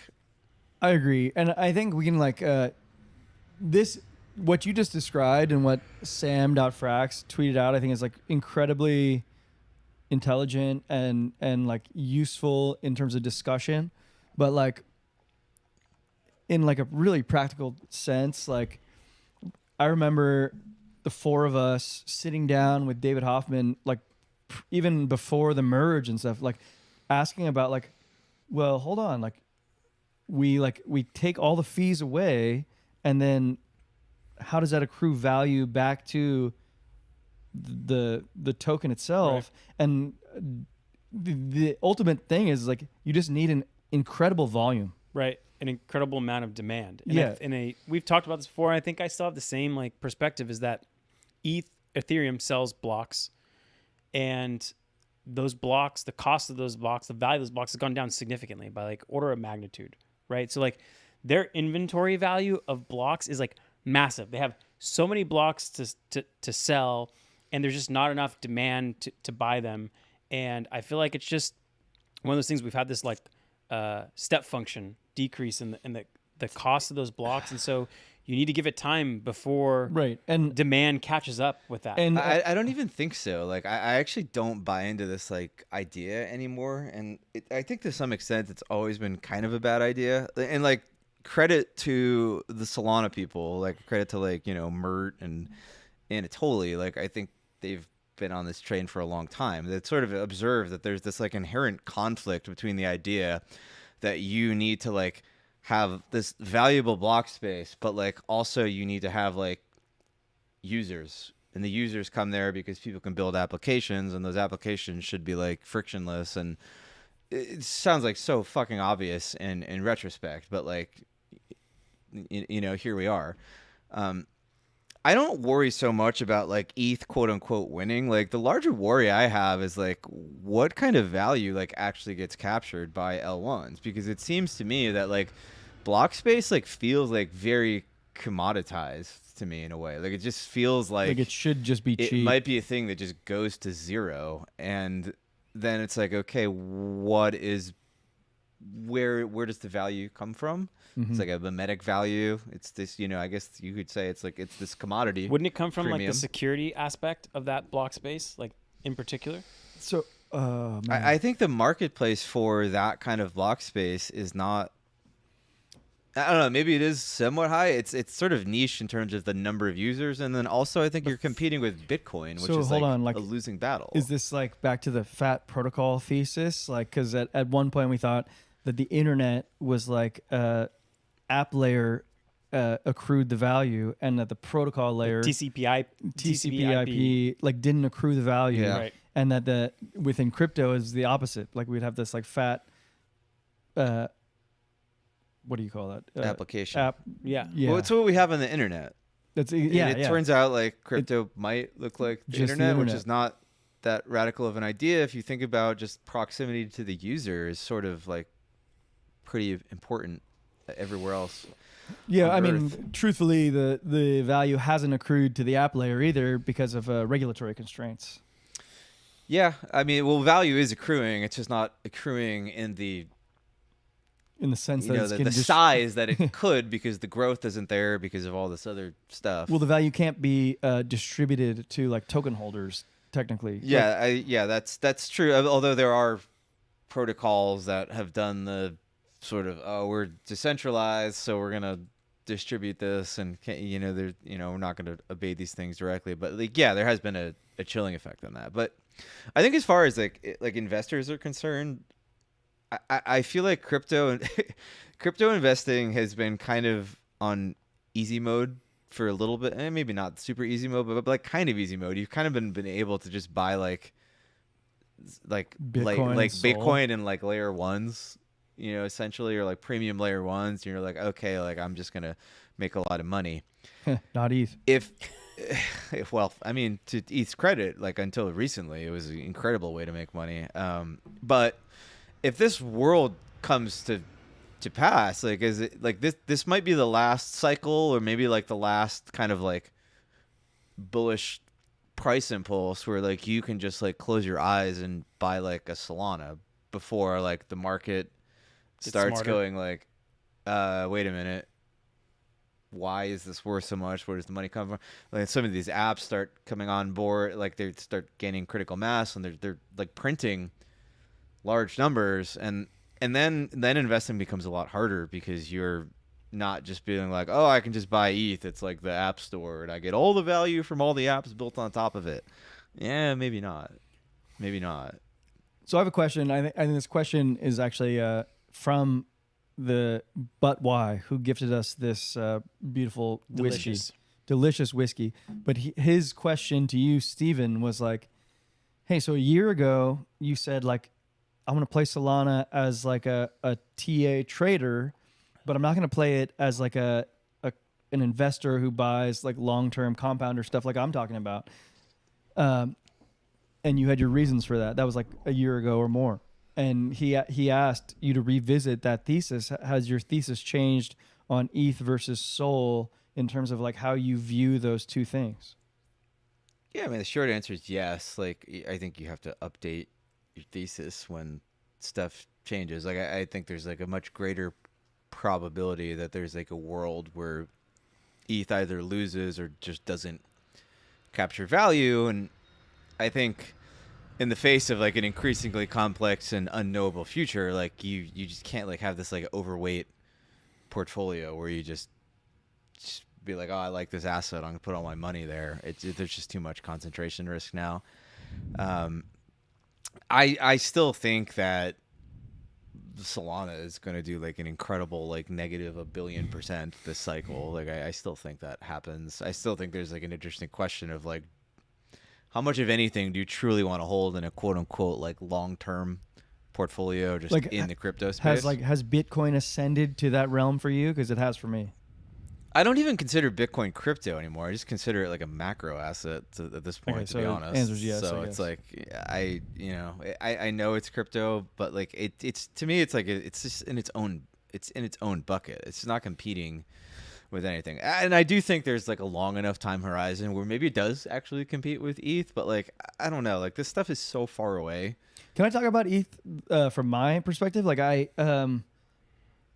I think I recognize and acknowledge the trade-off that they went for. The trade-off is like, let's reduce fees and hopefully that like allows an ecosystem of demand to develop. Like it allows like green shoots to come, and like I think that's the trade-off. And like we are still unsure whether or not that's going to work. And that's okay. And I guess I'm still betting that it will. Like I do think like Coinbase will help it along too. Like it's worth noting that like Base is on fire. Right. Like Yeah. Base is crushing. And I think they'll capture a lot of the like institutional use cases. I don't know if they're going to capture the like consumer, the B2C use cases. Like Solana may take that. There may be various other like chains that take that, but I feel like the there's a very institutional good cases, chance they capture that. Yeah. It seems like Yeah. like a really, Seems like it, there's like a very plausible world where like everybody gets onboarded to crypto through Coinbase in this like very pseudo centralized way, but then they spread their wings and go out into the more dangerous murky waters. I guess what I'm trying to say is I look at assets and asset prices all the time, and compare the price to their like fundamentals all the time. And what I see with ETH right now is like that price has languished and fundamentals have also languished, but it doesn't mean that like the future is destitute. Like it can still work. I think it still probably will, in my opinion. But can I bring up Ben Cohen right now, because like this guy has been Bitcoin only for like the last like 3 years, and he's called the Bitcoin to ETH ratio like perfectly. He's just called like every move. He's been highly accurate, almost to the point where like you're like, okay, well, like you obviously can't be this accurate going forward. I mean, but he did tell you that ETH was going to like $700 when it was $1,400 before it he ripped still to maintains like that like $400. in November and But, like, December it's going to go down to like 1,200. He's still calling ETH to come home, which But he even says he's like, but he just started buying ETH, trading his Bitcoin for ETH, and like for a guy that's like been anti anything other than Bitcoin for the last 3 years and been quite accurate, to see him take the contrarian take and start buying while everyone's bearish, I don't know. I think we should be aware of it. You know, like. I mean, like ETH BTC either reverses here or goes to zero. It's kind of like Right. it's a pretty good time to buy it, to be honest, because like you have a very tight invalidation where you're just like, oh fuck, this is over, you know. So you may as well stand at the I gates. hope it's not and over. dude, if it goes from 2,600 to zero, that's like a long way down. Gonna put that on the L list if it. I'm not saying like the price is going to go to zero, but I'm saying like the ratio just breaks down So, like, with capitulation, two and then like you point- have to go through a period of like price discovery on the bottom end where we find a bottom, take a bunch of time to accumulate, and then go back. Like right now, you're hoping like there's this demand from years ago. We're in the demand, then we're just going to tick back up. This is basically like that's invalidated, and now we go reverse price discovery on the ratio. Oh, man, I have to like give you guys some like really simple thoughts that I've had. Like these are dumb, but like here's what I was thinking along the way here a couple times. All like, right. okay, so we got ETFs approved, and like price of Bitcoin sort of moved in advance of the ETF. Not because of the flows, right? Yep. The flows were like sort of neutral, and like it was like 6 months later, the price of Bitcoin was even down from flows coming in or whatever. The flows are pretty good though, right? Yeah, they were Overall, net they've been positive. pretty strong. Flows were strong, and like we're talking like best ETF launch ever, and Right. like Yes. even Ethereum's was like top 10. So like Ethereum price not good since the launch of the ETF, right? And like flows, like if you're launching an ETF, like those are inflows because that's like a spigot that wasn't on before and now is on. So like I mean, like did that open short opportunities on ETH that didn't exist before? Because like, in my opinion, it's like only long opportunities that didn't exist before, and like the flows were positive from zero. So like price no, goes I mean down. the existence of these grayscale I mean, trusts. yeah, there's I mean massive that is flows like from a thing you these. can't ignore, right? Like Mhm. they got liquidated, right? Like with the existence of these ETFs because they were just a much more efficient, cheaper option. I will say too, like if you want some hopium as an ETH investor, because like right now everybody's like posting just screenshots of the BTC flows at like $400 quadrillion, and ETH is like zero, like literally zero, and everybody's like, oh my god, Bitcoin rules, ETH drools. Yeah.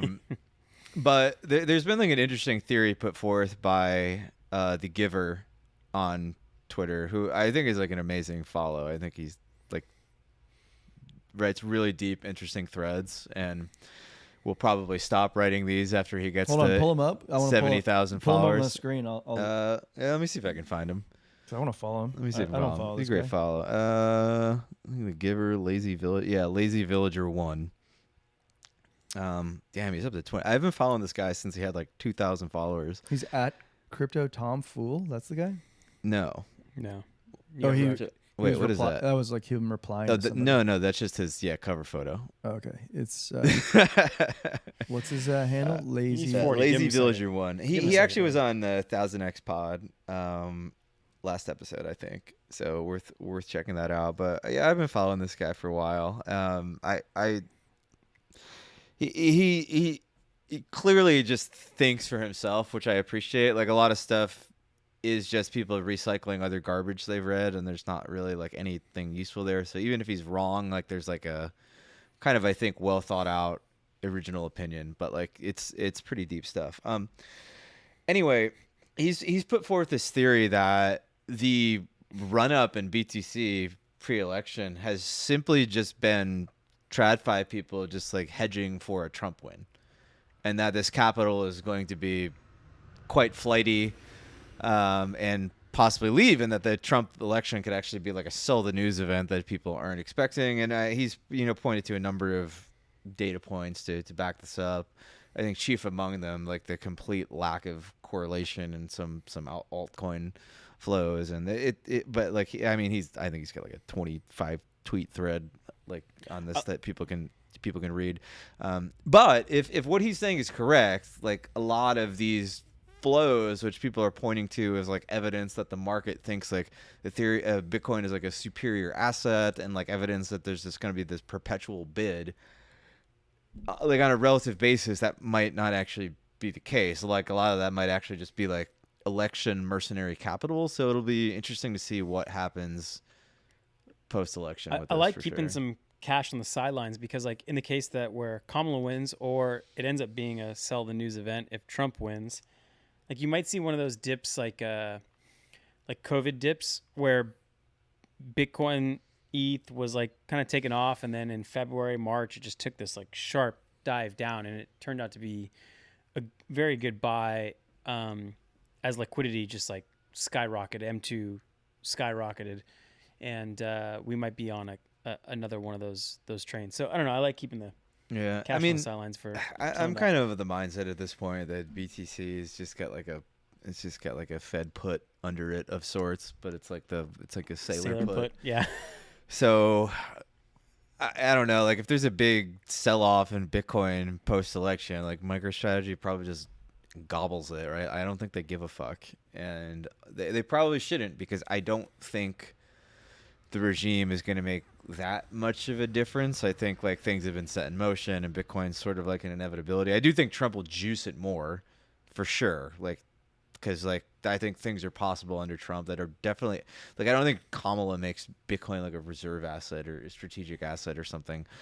I just don't see that. But like I think that definitely can happen under Trump, and I definitely can see Trump like coordinating more with these like BRICS type countries who like maybe eager to buy this and like competing with them in a more intelligent manner. Whereas like I can see like a Kamala administration just adhering to the old narrative where the dollar is awesome and Brazil can accumulate as much Bitcoin as they want and we don't care because we're Good the luck. dollar. Like Yeah. I see them being like slower to that, you know. So Dollar's still good. I saw a stat recently that the dollar has increased in terms of like total global transactions, as like the euro has kind of fallen off.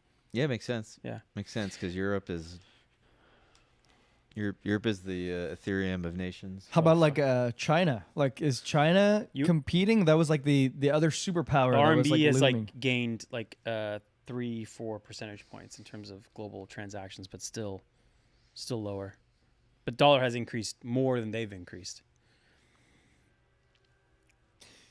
King dollar, baby. Yeah. You want to talk about tariffs? Yeah, we want to and pivot to Pivot China. back. Yeah, so before we do, let's give a shout out to Magic Spoon real quick. So Oh, do it. go to Shout them magicspoon.com/alfalfa. Like we mentioned before, we eat it out of the box without the milk, without the dairy. I'm a dairy guy. You're a dairy guy? You what are You're you, a at dairy 2% boy? with Magic Spoon or like a whole fat Skim. skim? Oh no, skim is what? No, you Disgusting. said that just to trigger me. You yeah, don't actually drink skim. you're not. You knew that was gonna be a trigger.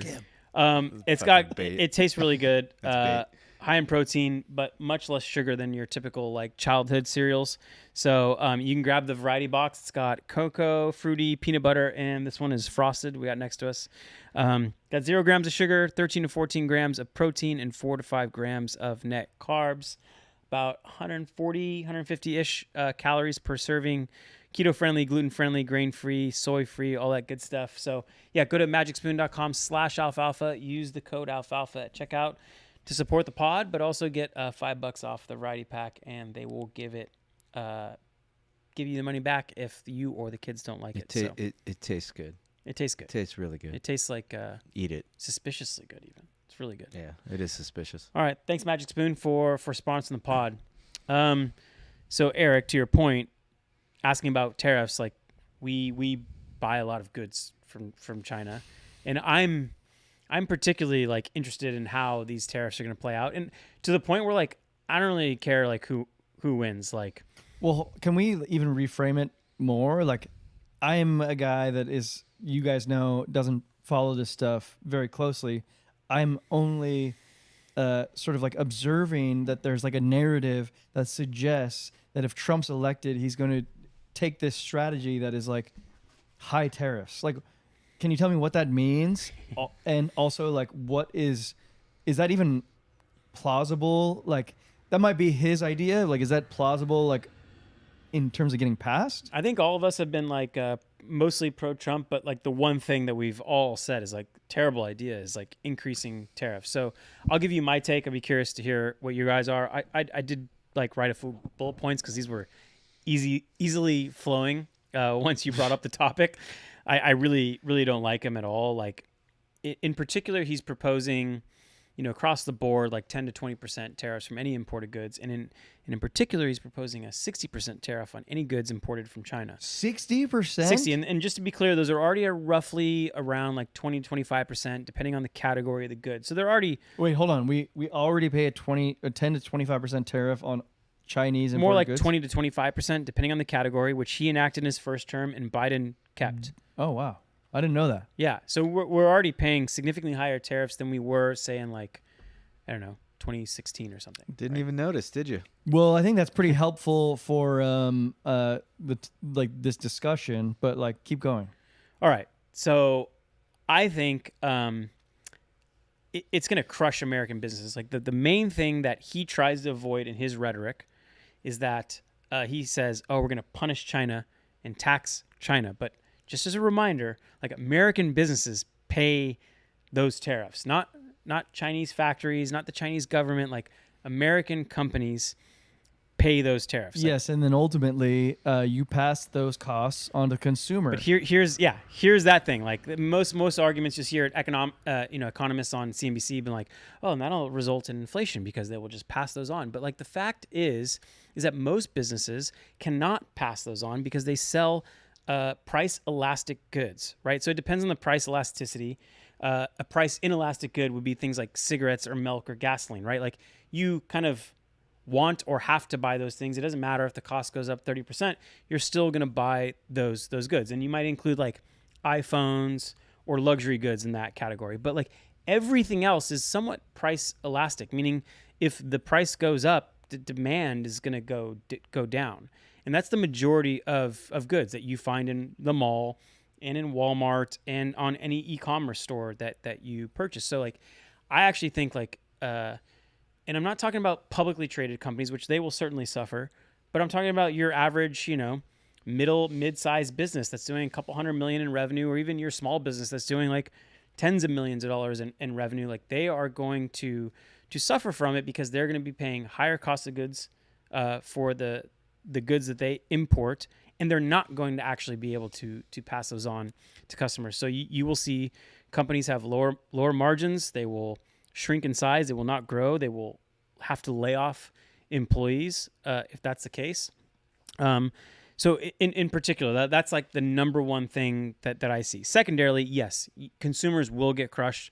Larger corporations will pass on, those costs that are able to, and you'll see some inflation. But I think more importantly, like beyond the businesses, consumers are going to get crushed more from just employment and job prospects and like than necessarily the inflation of the goods. So I see that too. Think of any company that's somewhat related to the value chain of any company that imports goods. So, you could imagine like we're an e-commerce company, we import them, but like we also pay SaaS companies, we pay lawyers, we pay CPAs, we pay consultants, and anyone related in our value chain, even if it's like second order or third order effect, like they will be impacted from it.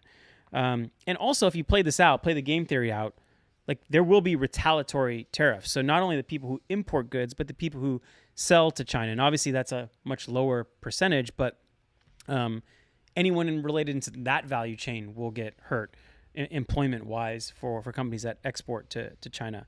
The other, like, I think the third big beef I have is like he's arguing in his like policy statement it's going to bring in something like $2.5 trillion over 10 years. But so that is just talking about the revenue off the tariffs themselves. Yeah, and he's even said like something to the effect of like, oh, we could get rid of income tax if we just hike tariffs up so much. But like our economy's changed so much that's not really practical. But we used to fund the government only with tariffs. Right.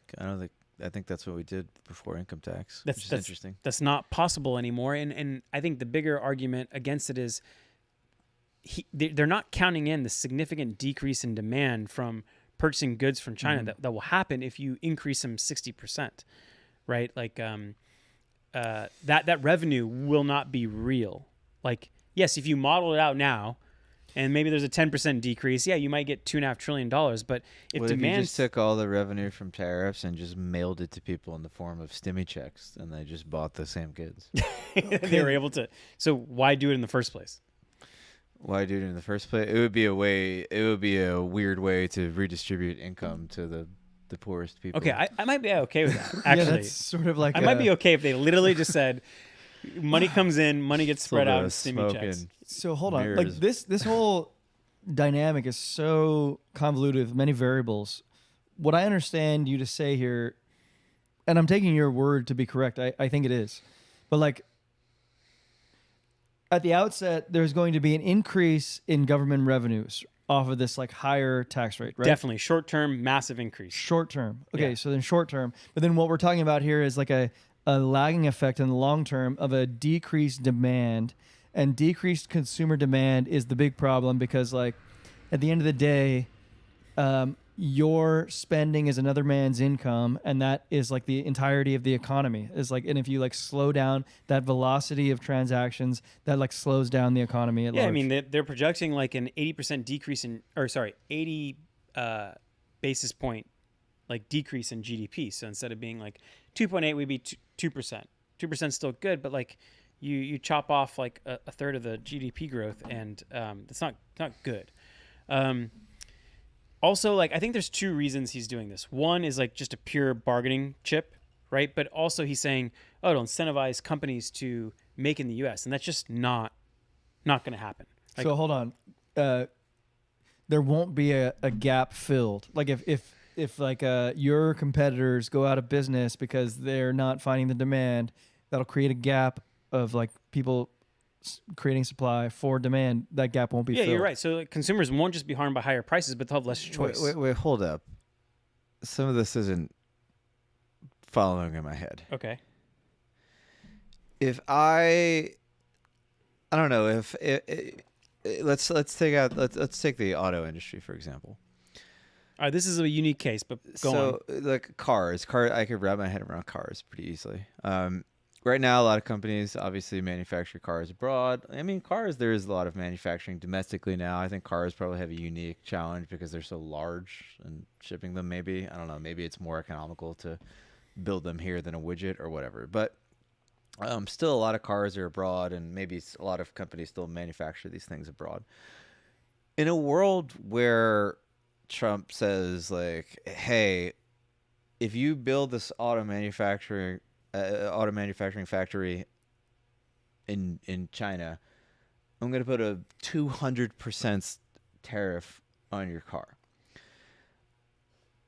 It doesn't make sense to me that that company is just going to be like, oh, okay, we're just going to just go out of business. And then every car company is going to just be like, go out of business and not sell to the U.S. Like, people need cars. So some company would say like, all right, we're going to build our factory in the U.S. We're going to be the only company that has the ability to manufacture and sell to the U.S. market. You're right. So although consumers in the end would definitely be paying higher prices for cars, there wouldn't be no cars in the market. And then you could make the arguments, and like, I don't know if I buy this, but you make the argument that like, okay, yes, people are paying more money for goods, but like all of these people in the Rust Belt like have jobs and they're making like livable wages. And I agree with all of that, because like cars are a unique category, and let's put like all the goods in relation to tariffs into two buckets.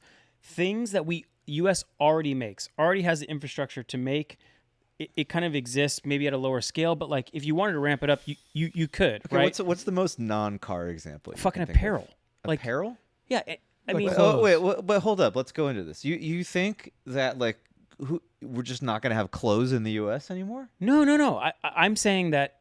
Okay. So like even the U.S. Producers of apparel are like Nike, and they make it from China. Yeah. Like, what apparel brand do you know that like manufactures apparel in the United States? And I'm not saying they would disappear. I'm just saying they won't come back to the United States. They'll go to Vietnam. They'll go to Malaysia. They'll go to Bangladesh. Like, it's not actually going to help. Oh, I see. Like the economy. I'm not following you. Like, okay, go on. The United States is a large market of people who need to buy clothes. Correct. You're saying people aren't going to come in here and just manufacture clothes in the U.S. to sell to the U.S. market? Why would they? When they can go make it in Vietnam, Malaysia, or Bangladesh? Because it's a huge market. No, because the tariff plan is to tax China 60%, not to tax everything else 60%. No, but the point of like taxing it is to like level the playing field. Like if you have, but like if it's not China, then they'll go to Bangladesh or Philippines or whatever. You just put an import tariff. Like anywhere the clothes are imported, so now your like T-shirt, instead of costing like $12, costs $36. Right, but you'll have a T-shirt. You're saying like there's not going to be any goods. No, I'm just saying like there was slightly less options for goods. I think you're getting caught up. T-shirt's not going to be $36. It might be like $18. No, I agree, but like I think the point is that like if you're manufacturing in the U.S., brother, it's not easy. Okay, but like the thing you're overlooking is that like in a world where you can rely on borderline slave labor, like the market doesn't like innovate because you can use like slave labor. It's like with McDonald's and the kiosks. No. You're missing like the advantage of China. It's not that the labor is the significant majority of their alpha. It's actually their like expertise in manufacturing. Like you could in manufacturing clothes, how much anything fucking expertise manufacturing anything in terms of tooling, machinery, like efficiency, it doesn't exist in the U.S. And you would think if it's all that, if it's just cheap labor, then why aren't we manufacturing 80% of our goods in Mexico We're not. This is crazy. Because those idiots can't put their pants on straight and like get manufacturing expertise Right, but that's to the level and efficiency. but that's a different thing. Like we definitely could manufacture hold on. shirts This is like in US. literally Adam Smith from like the 1700s talking about international trade. He said that like the reason why this international trade works is because you have specialists in their categories who become experts, and then it's a net positive for all. This was like, I don't even remember what his book called. I read it like in college. and but you like would think, this is what he's talking about. and so like the natural game theory, the way it should play out is that Chinese entrepreneurs who have manufacturing expertise would be like, U.S. wants us to nearshore. I should be like taking my capital and like investing it in Mexico, bringing human capital that has this expertise and machinery into Mexico, building these factories, bringing it closer to my market. But they can't necessarily do that because there's capital like controls on how much immigration controls, a lot of controls. It's too many controls, and so like it would do that. But my point is that it's not the human labor, the cheapness of the labor, the slave labor that really is the alpha from China. It's expertise in you're manufacturing. telling me we manufacture clothes in Vietnam because they have like expertise that we don't have in the U.S. to manufacture shirts? Yes. I just don't buy that. Yes, like literally, there's lots of factory owners who own a just factory don't. in China, and they also now own a factory in Vietnam because in the last 3 years they've been reading the tea leaves and be like, "Fuck it, I'm gonna set up shop in Vietnam or Malaysia." And those economies have like the manufacturing of those economies have grown significantly. And in either case, I don't buy that in at either all. case, the jobs don't come back home. Is the main Yes, thing. but in cases where we take those two buckets of goods, right? Things we don't make and things we already do make. I think they could come home for car manufacturing, right? And a smart strategy would be like, okay, I'm going to tariff the goods that we can make as a country. Like we can make this thing, I'm going to tariff the imports coming in. And I'm also going to just mirror the tariffs that other countries put on me. So Europe tariffs US car manufacturers, right? So yeah, that makes sense. We should tariff them equally to import European cars in here. And it kind of makes sense because we can make those things. It's not like a They don't have an advantage on the factory front on the cars. yeah, like and if you took most of the goods in Walmart and you'd be like, okay, you have to make those in the US. It's not like, oh, it's 30% more to make. It's like multiples more to make. To be Anything with fair, like plastic molding injection, like on the car front, first of all, the company that delivered the most cars in the last year is American, Tesla. yeah, and they're then, doing like, great. in terms of like trucks. American, all American. Yeah, and they also don't use union labor, which is a whole nother like aspect too. Okay, but I mean to argue like Nick's point though, like cars are an interesting example. Like cars are expensive as fuck. They're like a huge budget line item in like ordinary Americans' lives. Like Yeah. a huge chunk of their shit. I mean, it's a huge line item in my life. Like, I'm paying like $1,500 a month now just in like the car payment and the insurance for like an entry level luxury car. It's just like insane. Like it's like 3x what I would have paid like years ago. It's because you didn't buy Tesla, dude. But like if there was a complete free flow of goods from China to the U.S., like there's some Chinese cars being manufactured that like pretty good and are basically free They're by dirt our cheap. standards, right? So Americans are being denied the ability to buy like a $10,000 like kind of sick Chinese like electric car because of these like import controls. So you can kind of see how people get hurt by this, and then the sort of Milton Friedman types would be like, well, why are you you're harming tens of millions of Americans to basically have the government play favorites and protect the jobs of these 300,000 people. No, you're or harming whatever. like hundreds of millions of people. Yeah, to protect it. Like the government is sort of selectively benighting particular. Imagine if cars industries. took the slope of flat screen TVs. The price slope. Right. Like if there's just like free flow of goods. Yeah, just Like, couple like- $100 and you get like the nicest, newest car. Yeah, there's like a 70-inch screen out there. It was like I don't know, it was not even $1,000. It was ridiculous. No, it's But like way imagine a car was like $10,000. Like I don't know what the net positive is. Like we can't deny that like there's a huge chunk of the market. I think we talked about this 3-4 weeks ago, like to some extent, when you take 300,000 people out of the job market, it hurts everyone, and you have to think about it. Can I bring it back to like a more like pragmatic area? Like, Yeah. So this is something that has been discussed. Like, this is not necessarily the plan that's going to happen if Trump gets elected. Am I right about that? Well, I think it's 2 points. I think one is just a bargaining chip, but two, that you're talking about the practicality of can he actually do what he's saying? Is that like what you're saying? what's the probability that this actually becomes our reality? Like 60% of Very low. Yeah. right. Like this is not even a thing. So Okay. So people freak out about the tariff thing. Like one of the things people have to understand about Trump is that like he fancies himself a negotiator. Maybe he's even a good negotiator because he seems to have negotiated some pretty good things when he's president. And one of the techniques he seems to use is to just like immediately stake out like the most extreme fucking position. Irrational player. And basically to chessboard. make you think that he is like actually retarded enough to do the thing that he said he would do. Sorry for using the R word, but that's like seems to be his like strategy. Like I am mentally ill and I am putting my flag on this hill over here. Your move, bucko.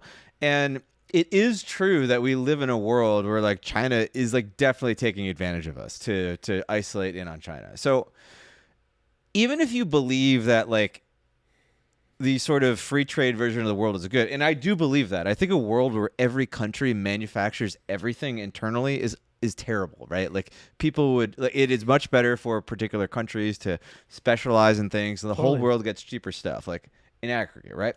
But there are these externalities to this happening, and there are like definite externalities where you like gut industries and like human beings have these finite lifetimes, right? And there's like a stickiness to economics in that like you have to measure some things in terms of like a human life. Like you can talk about creative destruction, right? But if you like wipe out the jobs of like the entire middle of the country in like a 3-year time span, you can't just expect like the market to fix it and to adapt and to have a bunch of people not killing themselves and stuff. Like that's just that's a very unpragmatic way of looking at things, right? So that isn't good either, right? But if you just accept the idea that like we're taking advantage of, which we are, then it is good to use tariffs like as like a bargaining chip, as a negotiation tool. And although tariffs do hurt Americans, right? Like people have done studies that show that like, yeah, this hurts America, but like it hurts China way more. Like a lot of these things hurt China way more. So if you put China in a situation where they are sticking it to us and they as rational economic actors like actually know that they will be hurt more by this, and they have this crazy fucking guy in a spray tan telling them that like I'll do it, right? There might be like, all right, I guess we don't have to be so exploitative. I guess we can just bring it back to the median, and then like it's kind of like win-win. I guess the rational next question for me as like a novice is like what are we bargaining for? Right. What do we get out of it? Okay. So like let's put, I think the top two things are, one, intellectual property theft is the main thing, and then equal access to their market. And I would argue that like what we're bargaining for is not really like worth all this trouble. So China is known for massive intellectual property theft. Like not in terms of like stealing secrets that the CIA has. It's no, like go into Boeing's and SpaceX's like database and like steal the drawings for how you catch a fucking Starship booster, and then we'll just steal that and then give it to our company. So that's one that has a national security threat for sure. Like you could make a really good argument for that. Equal access to their market. So a U.S. company can't just like access their market. For example, if I wanted to create an entity in China, I have to have a Chinese citizen be an equity holder and have equal powers on the bank account that I would have. So like I can't just establish an entity there and send money there. I have to like find a U.S. citizen, like a patsy. Even if I give them like 0.1% equity, they can just liquidate the bank account. So there's is weird... that similar here? Like you can't just have like some Chinese guy come over and just be like, I run a business here now. Like, no, you can. You can set up an LLC. We have contractors that do it all the time. They live in Europe and other countries, and they just set up an entity and have a U.S. bank account, and they're a foreign citizen, but they own that bank account. They don't need a U.S. citizen to like sign on it. Like find some random person, maybe a family member, to do it. And so I think those are the two things that we're mainly arguing for. The other things you could argue for is like, oh, we want you to have the same like employment practices that we do, which basically raises the labor cost. And in China, other things, environmental standards.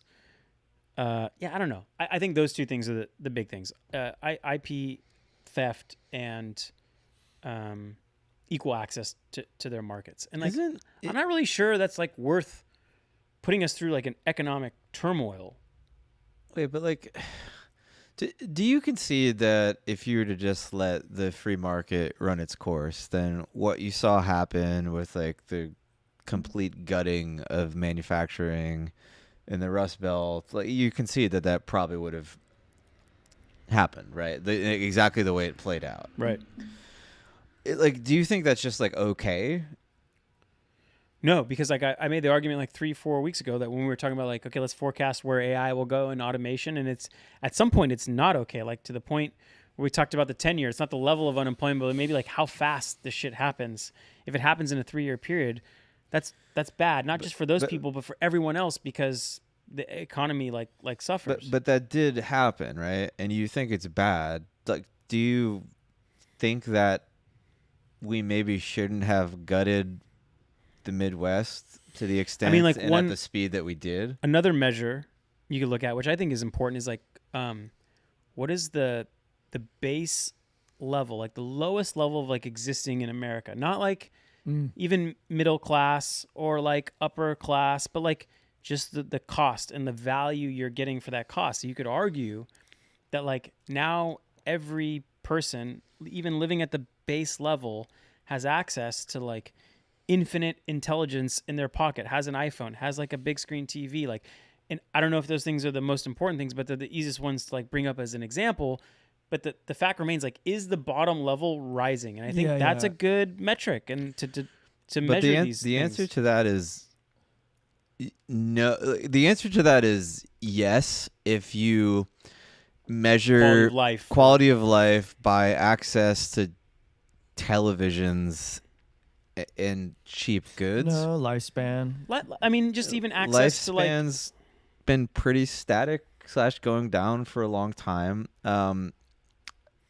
Like people put this argument forth. They're like, wow, look how cheap you can get a TV now, right? But like the reality is, since like the early 70s, like the real wages of like a vast swath of America have like eroded, and the health of these people has eroded. Although the average health maybe of America has gone up, there's like a huge swath of society where like suicide rates and drug addiction have skyrocketed and entire towns have been destroyed, right? It's one of the reasons why Trump exists. Yeah. Totally. It's a silent majority, right? So what do you I guess do? If I came to you and changed the whole topic of the conversation, I said, hey, what about this wealth gap, right? The richer are getting richer, and the gap between the rich and the poor is like, just continues to separate.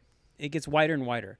I think in like to counter that, you would bring up the argument, well, like the bottom has like the quality of life, their purchasing power, let alone their real wages, has like actually grown. You would bring that up as your argument for like, hey, yes. I actually don't think the quality of life of the bottom rung of America has improved since the 70s. Okay, what if I just said, take the quality of life that is responsible by the government, and then separate that from the portion of quality of life that is just responsible by the individual? Could you say that like, well, like the global economy has like lifted them up in the areas that like... No, globalization improved the aggregate life quality of Earth. Yeah. At the expense of the people in the United States who got fucked, That's right? True. Yes. The idea that aggregate global wealth and quality of life has risen dramatically in the last half century is absolutely true. The idea that it has risen in the United States is absolutely false. Right, like these people's quality of life is not better because they have access to cheaper goods. Like this Yeah, does not improve people's you lives. probably brought like 1.5 billion people out of poverty, Right. but like Yeah. took 300,000 people in the United States, Right. maybe even 3 million. It depends where And- you define your tribe. Are you looking out for humanity or are you looking out for Americans? Right. And at the end of the day, like I think on the net it was a positive. On the net, but On the it net. depends Yeah. where you define your tribe. If your tribe is humans, it worked. But This is like a central discussion, though. Like this is like actually a big gap between like the political left and the political right. Like this whole like MAGA thing, like I think is sort of. I don't like MAGA. I don't like Make America Great Again. I like the Vivek like kind of America First idea, and that to me makes more sense because there are people who think globally, and there are people who think that our policy should be more focused on like our local tribe and like we should care about those people. And to me, that makes sense. That makes sense in every other facet of your life. Like you care more about the people closest to you. This is not like a weird human concept, right? And we are, to an extent, like hollowing out the quality of life of a lot of people in the country to make the lives of people we don't know better. And like maybe you can get into some high level moralistic argument about why that is the right thing to do, but like I think it's a very tough sell. Like, I don't know, like manufacturing has got significantly more efficient. So like if you want to drive employment growth, like do you really want to take the industry that maybe used to took I don't know, let's call it 5,000 jobs to like fill a factory, and now it takes 100 jobs to like run a factory? Do you really want to make that the thing that you fight over and punish all of Americans through like tariffs and punish American businesses just to bring back this like industry that actually doesn't employ very many people per good that they produce anymore? Like, what is the ultimate amount of jobs, like the total like available market of jobs that we plan to bring back to the United States through manufacturing? I have a question. 300,000? Is it that many? I have a question. Like if China is like essentially reaping the benefits of our hollowing out of the middle class, and we're like exporting that work to them, like how are they doing? How's their economy doing? It doesn't seem like they're doing great. I mean, China has had like insanely wild growth since we opened up. Like they've gotten so vastly richer, and like people, like so many people, like they have benefited like on a so tremendously on a percentage basis from where they came from. But like, how are they doing now? Last 5 years are getting crushed. That's what I'm asking. Like I visited there, talked to like business owners there, and like in general the mood is like not great. I mean, one of the reasons is that where most Americans may hold their like net worth in like a 401k or the stock market, most Chinese citizens hold their net worth in their homes.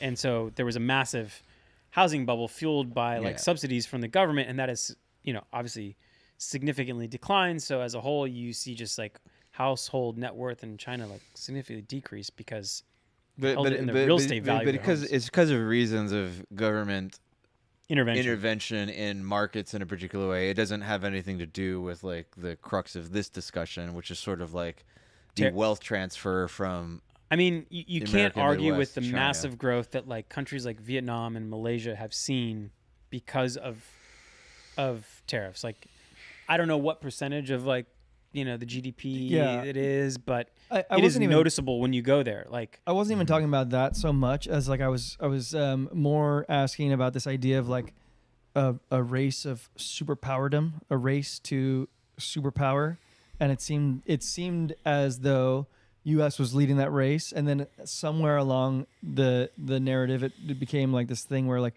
oh, China's catching up, and now like China's getting ahead. I mean, and now I'm wondering like, well, how are they doing? Well, it doesn't matter how they're doing economically, because I think the one thing through doing this podcast, one of the big things I've like changed my mind on is that like the demographics of China are just like a ticking time bomb, and regardless of like how what percentage of global GDP they have, like it's just like kind of destined to fail unless they have some 100x productivity hack, which or they just like leverage the technology like AI, right?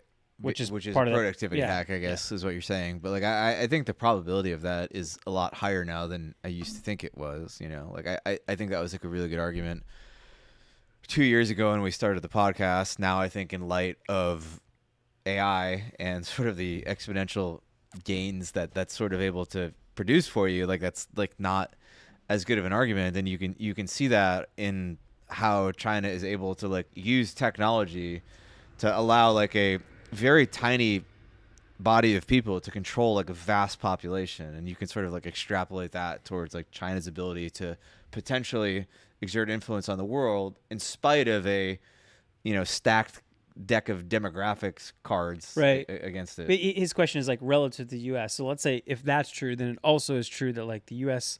sees maybe equally as good as like productivity gains, and maybe the winners of them consuming this technology to increase productivity are U.S. companies, right? They're certainly not going to be European companies.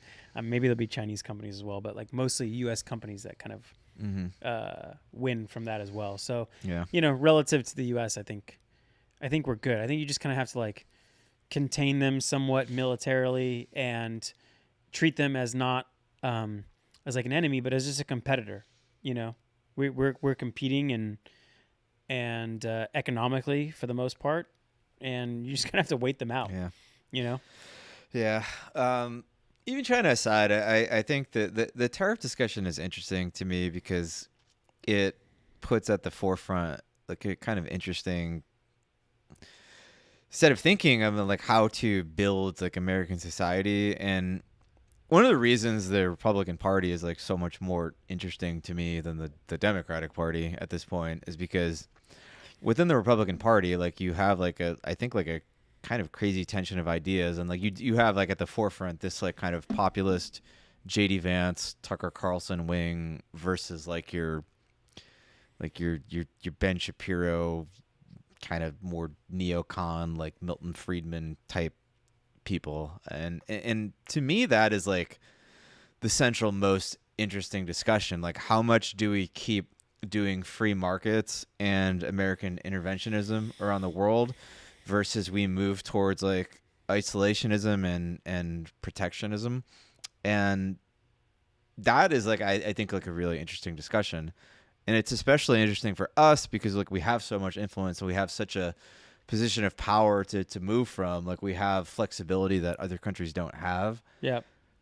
And I see like all sides of this argument. Like I actually don't think the tariff thing is like very obvious. Like I see the free market argument against it. Like I see that the government is picking and choosing winners in industry, and like we don't like that in any other area we talk about, right?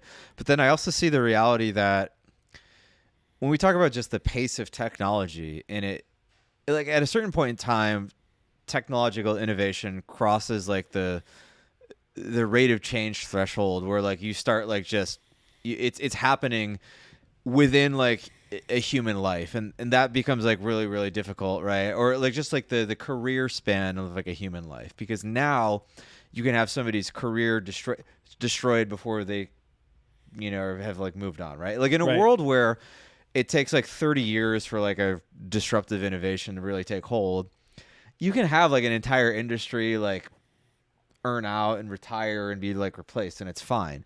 But if technological innovation is so rapid now that we start getting like bots and these things coming in where like you can like get into like a business, you train for it like for 6-7 years, and you're in it, you're doing it for like 10 years, and then you're 48, and then like your whole career is wiped out in like 6 months, and like you can't retrain. Like if that keeps happening and that like accelerates, like that's not something I think like Friedman really thought about. Well, maybe he did, and like I didn't read that, but like that rate of creative destruction is like what kind of really can fuck society, and where I think like government can like maybe be selectively useful in like mitigating some of that impact. I know this is like something Yang has talked about with like UBI, one of the reasons for it to exist, which is kind of like a whole other can of worms. But yeah, man, like I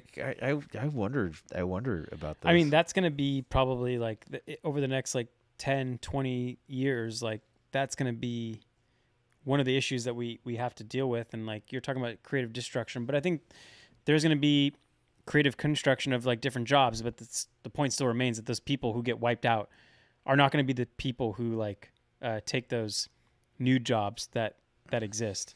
And so I hope it's not UBI. I hope it's something a little more thoughtful, where the incentives are a little more aligned for them to, retrain while having some dignity and and it's a little more strategic. I hope, but I don't know.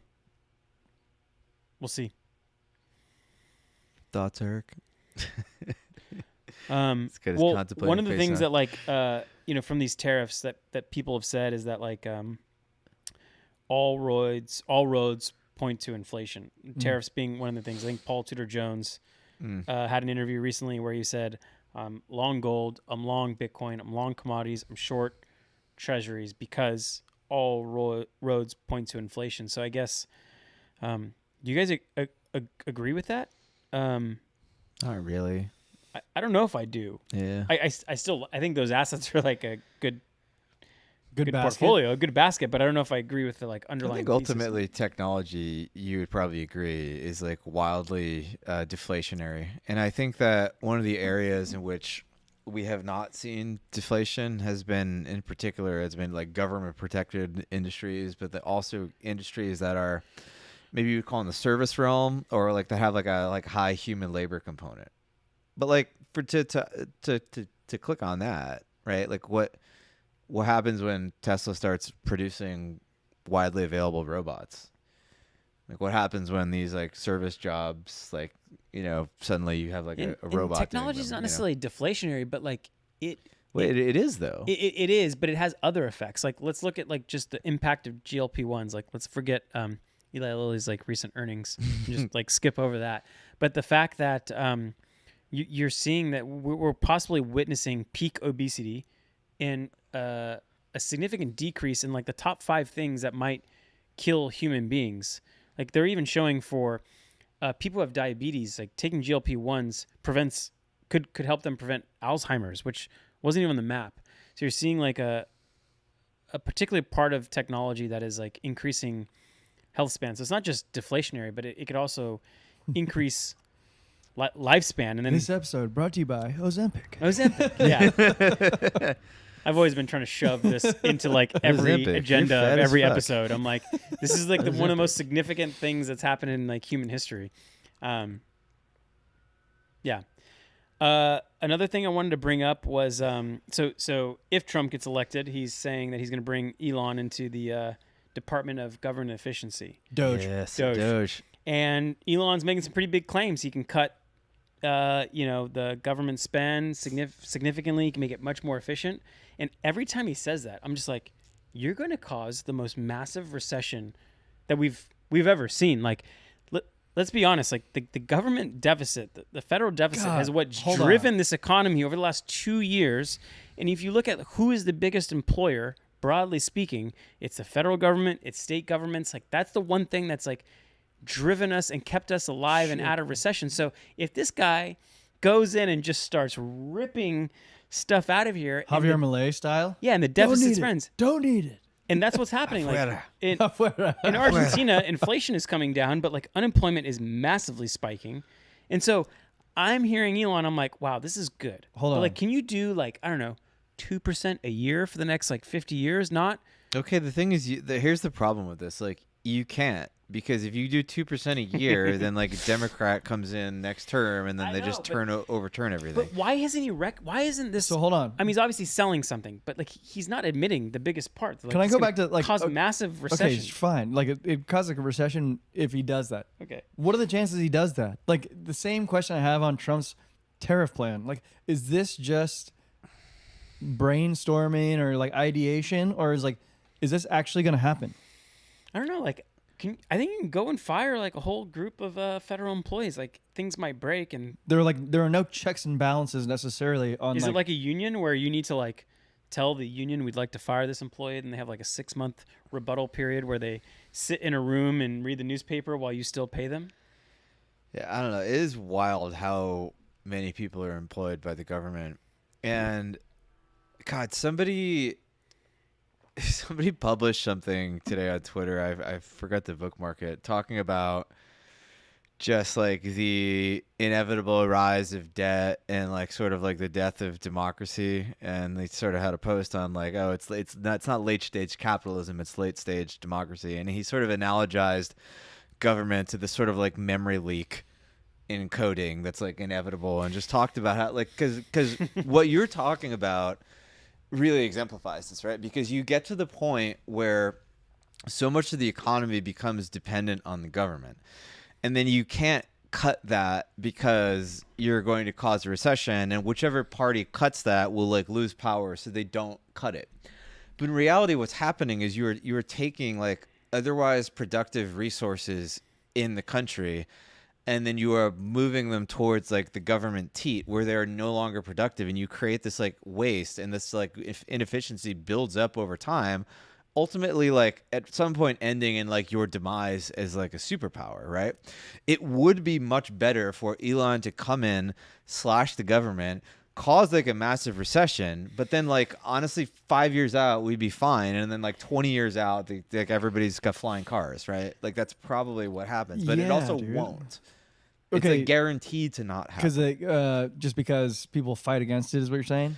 Like, even if Trump wanted to do that, like everybody in the Republican Party who wants to keep existing beyond 4 years from now would be like, we can't do this. Like everybody will hate us. We'll never win an election. Unemployment will spike massively. But this is like a perfect time to do it because Trump, if he wins, has his like second term limit. And Elon's not a government guy to begin with. He's got his own wealth. Like it is the perfect time. This is like the only time where it can happen. And if we do it, we send ourselves in a recession. That's short-term pain.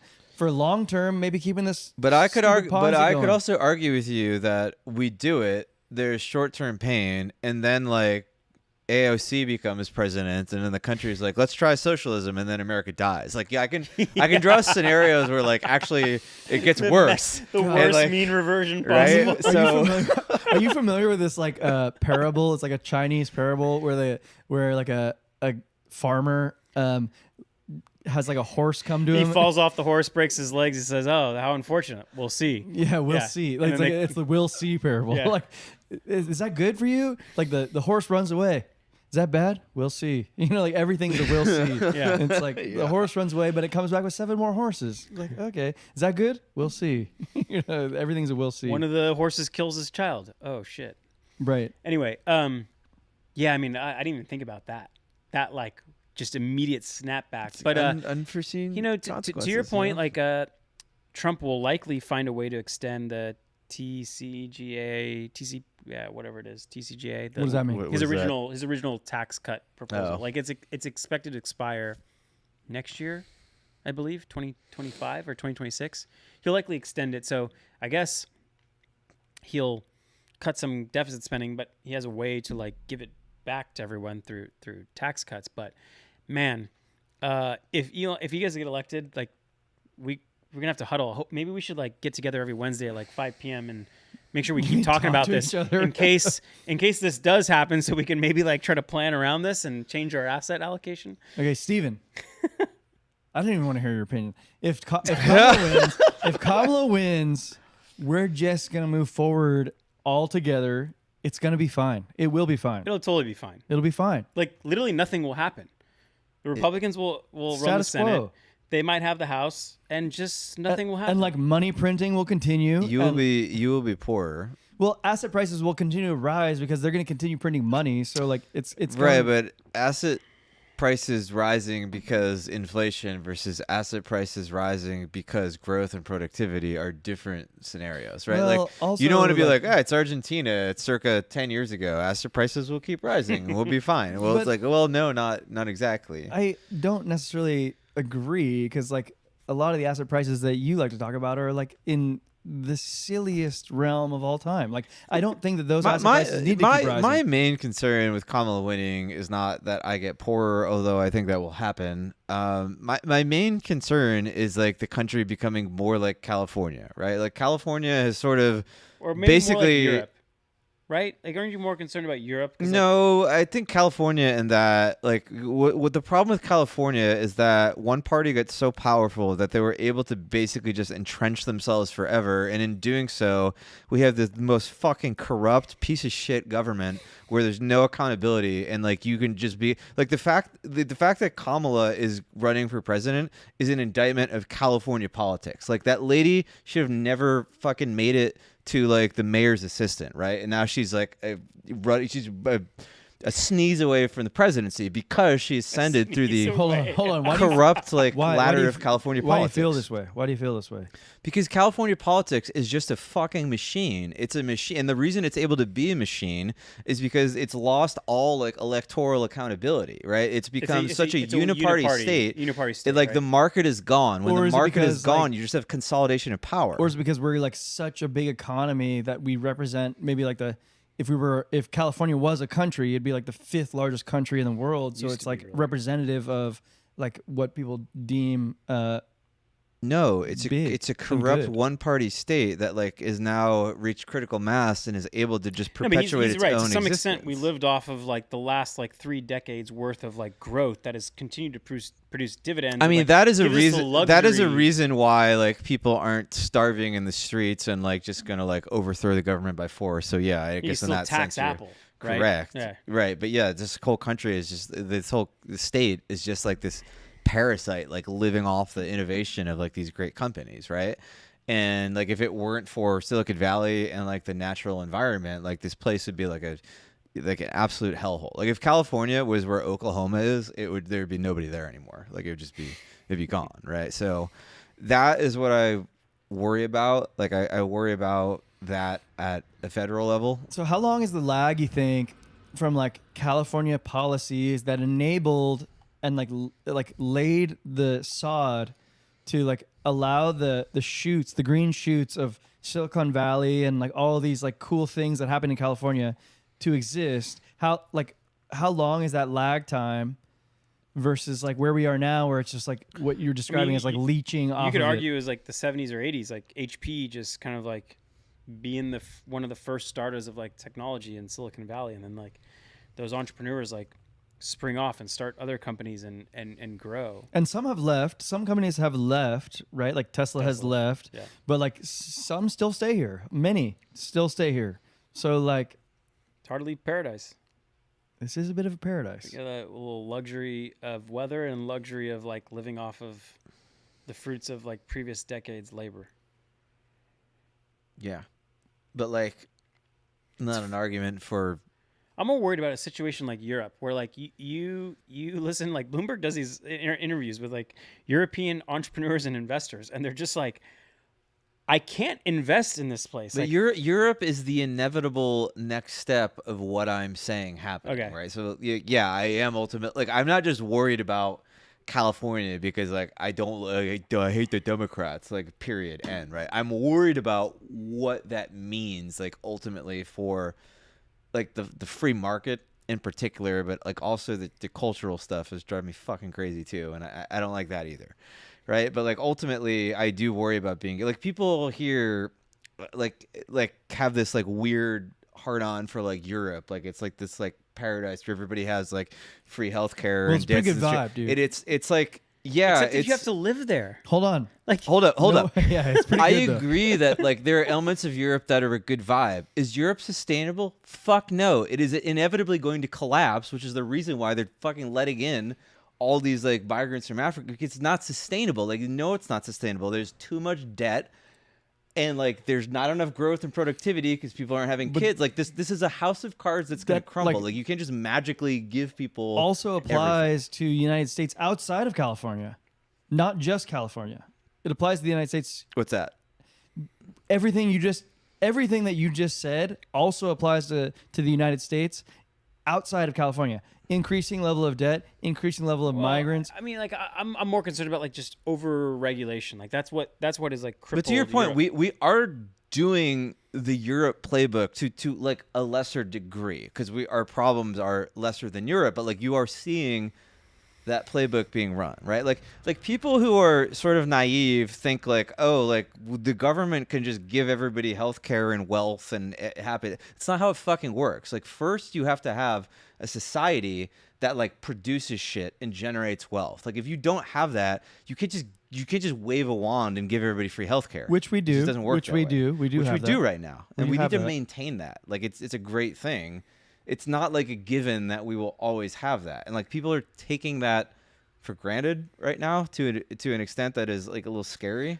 Like to me, I kind of like these discussions. Like they're intellectually challenging, but at the same time, when it comes to like our 3 personal lives, don't you feel like you have more agency than like we're kind of like implying by these discussions, right? Like whoever gets elected, you will act in your own ability to like on a micro level. For sure. yeah. Like so, I like these, but I just don't want that to get lost. Like whichever happens, like it's on each of us to just act appropriately. Well, I think ultimately, like the richer you are, the more agency you have, and like in the global perspective of like wealth, like we're in like the top 100th of a percentile, right? So like, yeah, to some degree, I'm not going to get hurt, and I'm going to get hurt like more than like a Zuckerberg who's not going to get hurt at all, right? But like ultimately the people who get hurt by this are the poorest people, which is like the sad thing. And like a lot of what I'm advocating for is not to like enrich myself. Actually, like I actually genuinely think this will make the least among us like better off, right? Yeah, like these people are not two going separate to tracks, right? Like yeah, I agree. Okay. They're not going to become better off. Yeah, it'd be interesting to world. actually have this conversation like outside of ourselves and only talk to the lowest common denominator, because I don't think that we often are, even though we are, like I don't think it's even being recognized. I think we should finish this up with like a predictor of who's going to win next Tuesday. Like who? I mean, yeah, because this is the last pod before the election. Yeah, we have to. Like, I'm just curious. Like, I mean, fuck. Can we just start by saying like what? Because we have a 1,000-person Discord now. Yeah. The Discord is a little more split than we are. What do you mean? They think it's like a true toss-up. Yeah, I can tell that you haven't been in there in a while, bud. You haven't been in there in ages. No, people tag you and people tag you all the time, and you're not responding. Don't even respond to your text messages. Don't take it personal. The Discord to me is very down. I mean, the Discord to me seems like our Discord still definitely skews left, but like it's like a reasonable center left. But what's the take? What's the synthesis of like? I think the vast majority of our Discord thinks it's like a coin flip. Which I also agree. It actually is a coin flip. Like I think Trump gets 312 votes. Whoa, electoral votes? Yeah. Holy shit, that's a landslide. I know. Okay. Is there like a betting market on the electoral votes right now? Yeah.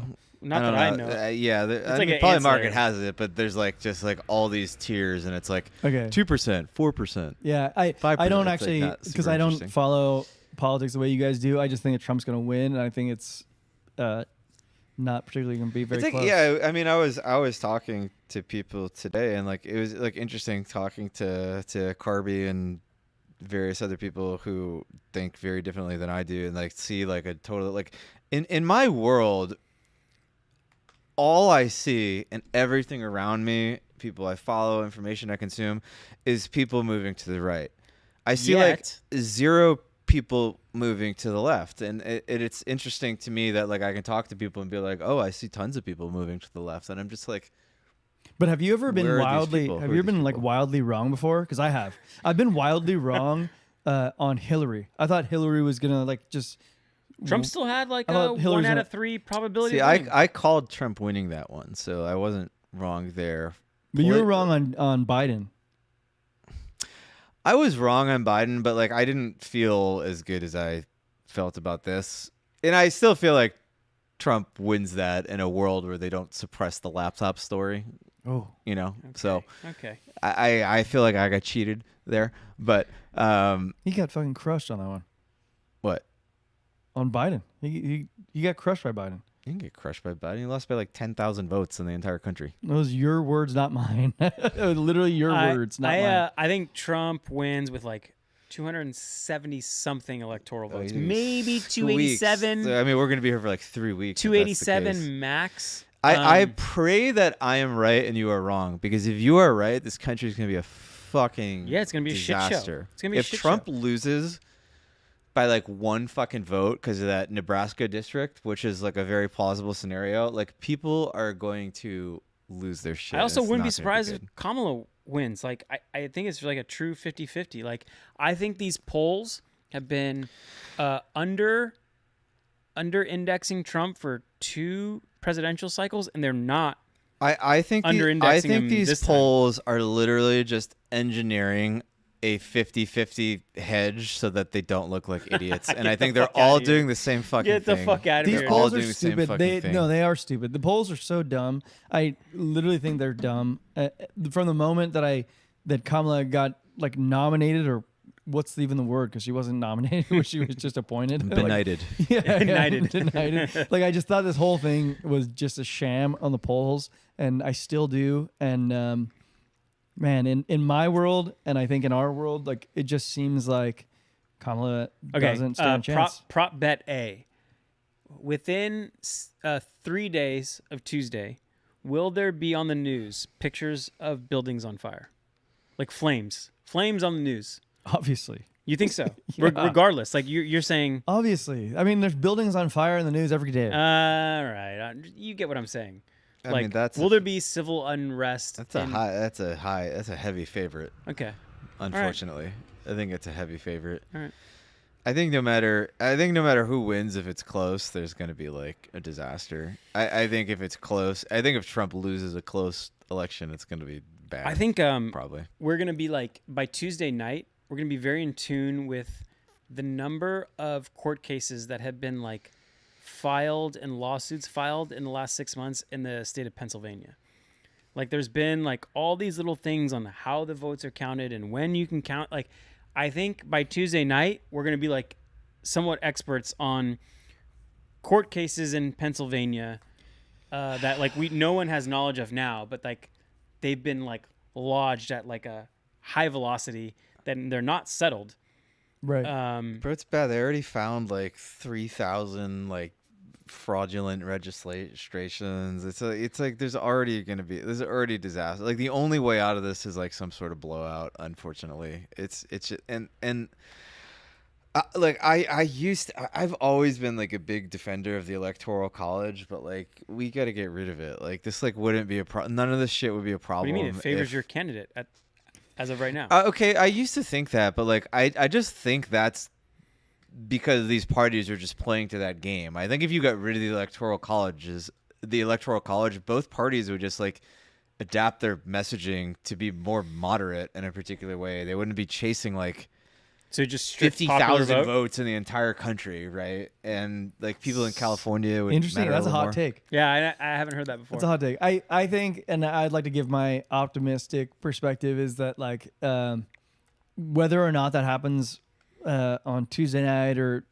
the few days after, everything's gonna be fine. No matter what happens, everything's gonna be fine, and we're gonna be back to our old shtick, recording these things on Wednesdays and not having to worry about getting gunned down in the streets or anything. Like, everything's gonna be fine. I agree. All right, so we come back next Wednesday. 3 of us say Trump wins. Okay. Love being on the side of consensus. Yes, We're fucked. Steven's ready to flip just feels because so he's good. a contrarian. Yeah, he's just like getting the itch now to just flip flop. Going home I do and think selling anything. the poly market bet on Kamala is it's a fucking Better. it's a great. I bet. just feel like she's What was it, 35% or something like 30? No, she's drawn dead, dude. She's done. I feel like I like that Kamala bet. has to be I drawing might- dead. Like, if I have any faith in fucking humanity, she has to be drawing dead. No, I might take that bet in size just to hedge. I mean, like, I probably should. You should. Like, you should do. I probably should. I literally hate everything if she wins. I just hate everything. I mean, she wins, you triple up. if I was a woman and I was like, there it is, first woman president, I'd be like, oh no, what have we done? That's what Mina said It's to gonna me. be history. The whole history of the people are gonna be like, this is our first woman president, and everybody's gonna be like, not the way I yeah, envisioned maybe we shouldn't do that again. That's what people are gonna say. It's not gonna be good. You want your first woman president to be fucking sick. Yeah. All right. Well, I'm glad Like, we hit that take at the awesome. very end of the podcast. Yeah, just end the pod before I keep talking. All right, guys. Well, this is fun. It's definitely time for us to wrap up. We got to go get some food and maybe, grab another drink. So thank you all for joining us. Join us next Wednesday. It should be a fun one, regardless of what happens. I think all of us will be here next Wednesday. Yeah. Armand should be home. I might not be here. No, we're going to your house if you. I if you might don't be show up. deceased. All right, guys. We love you lots. Thanks for joining us. We'll see you next week. Bye-bye. Later.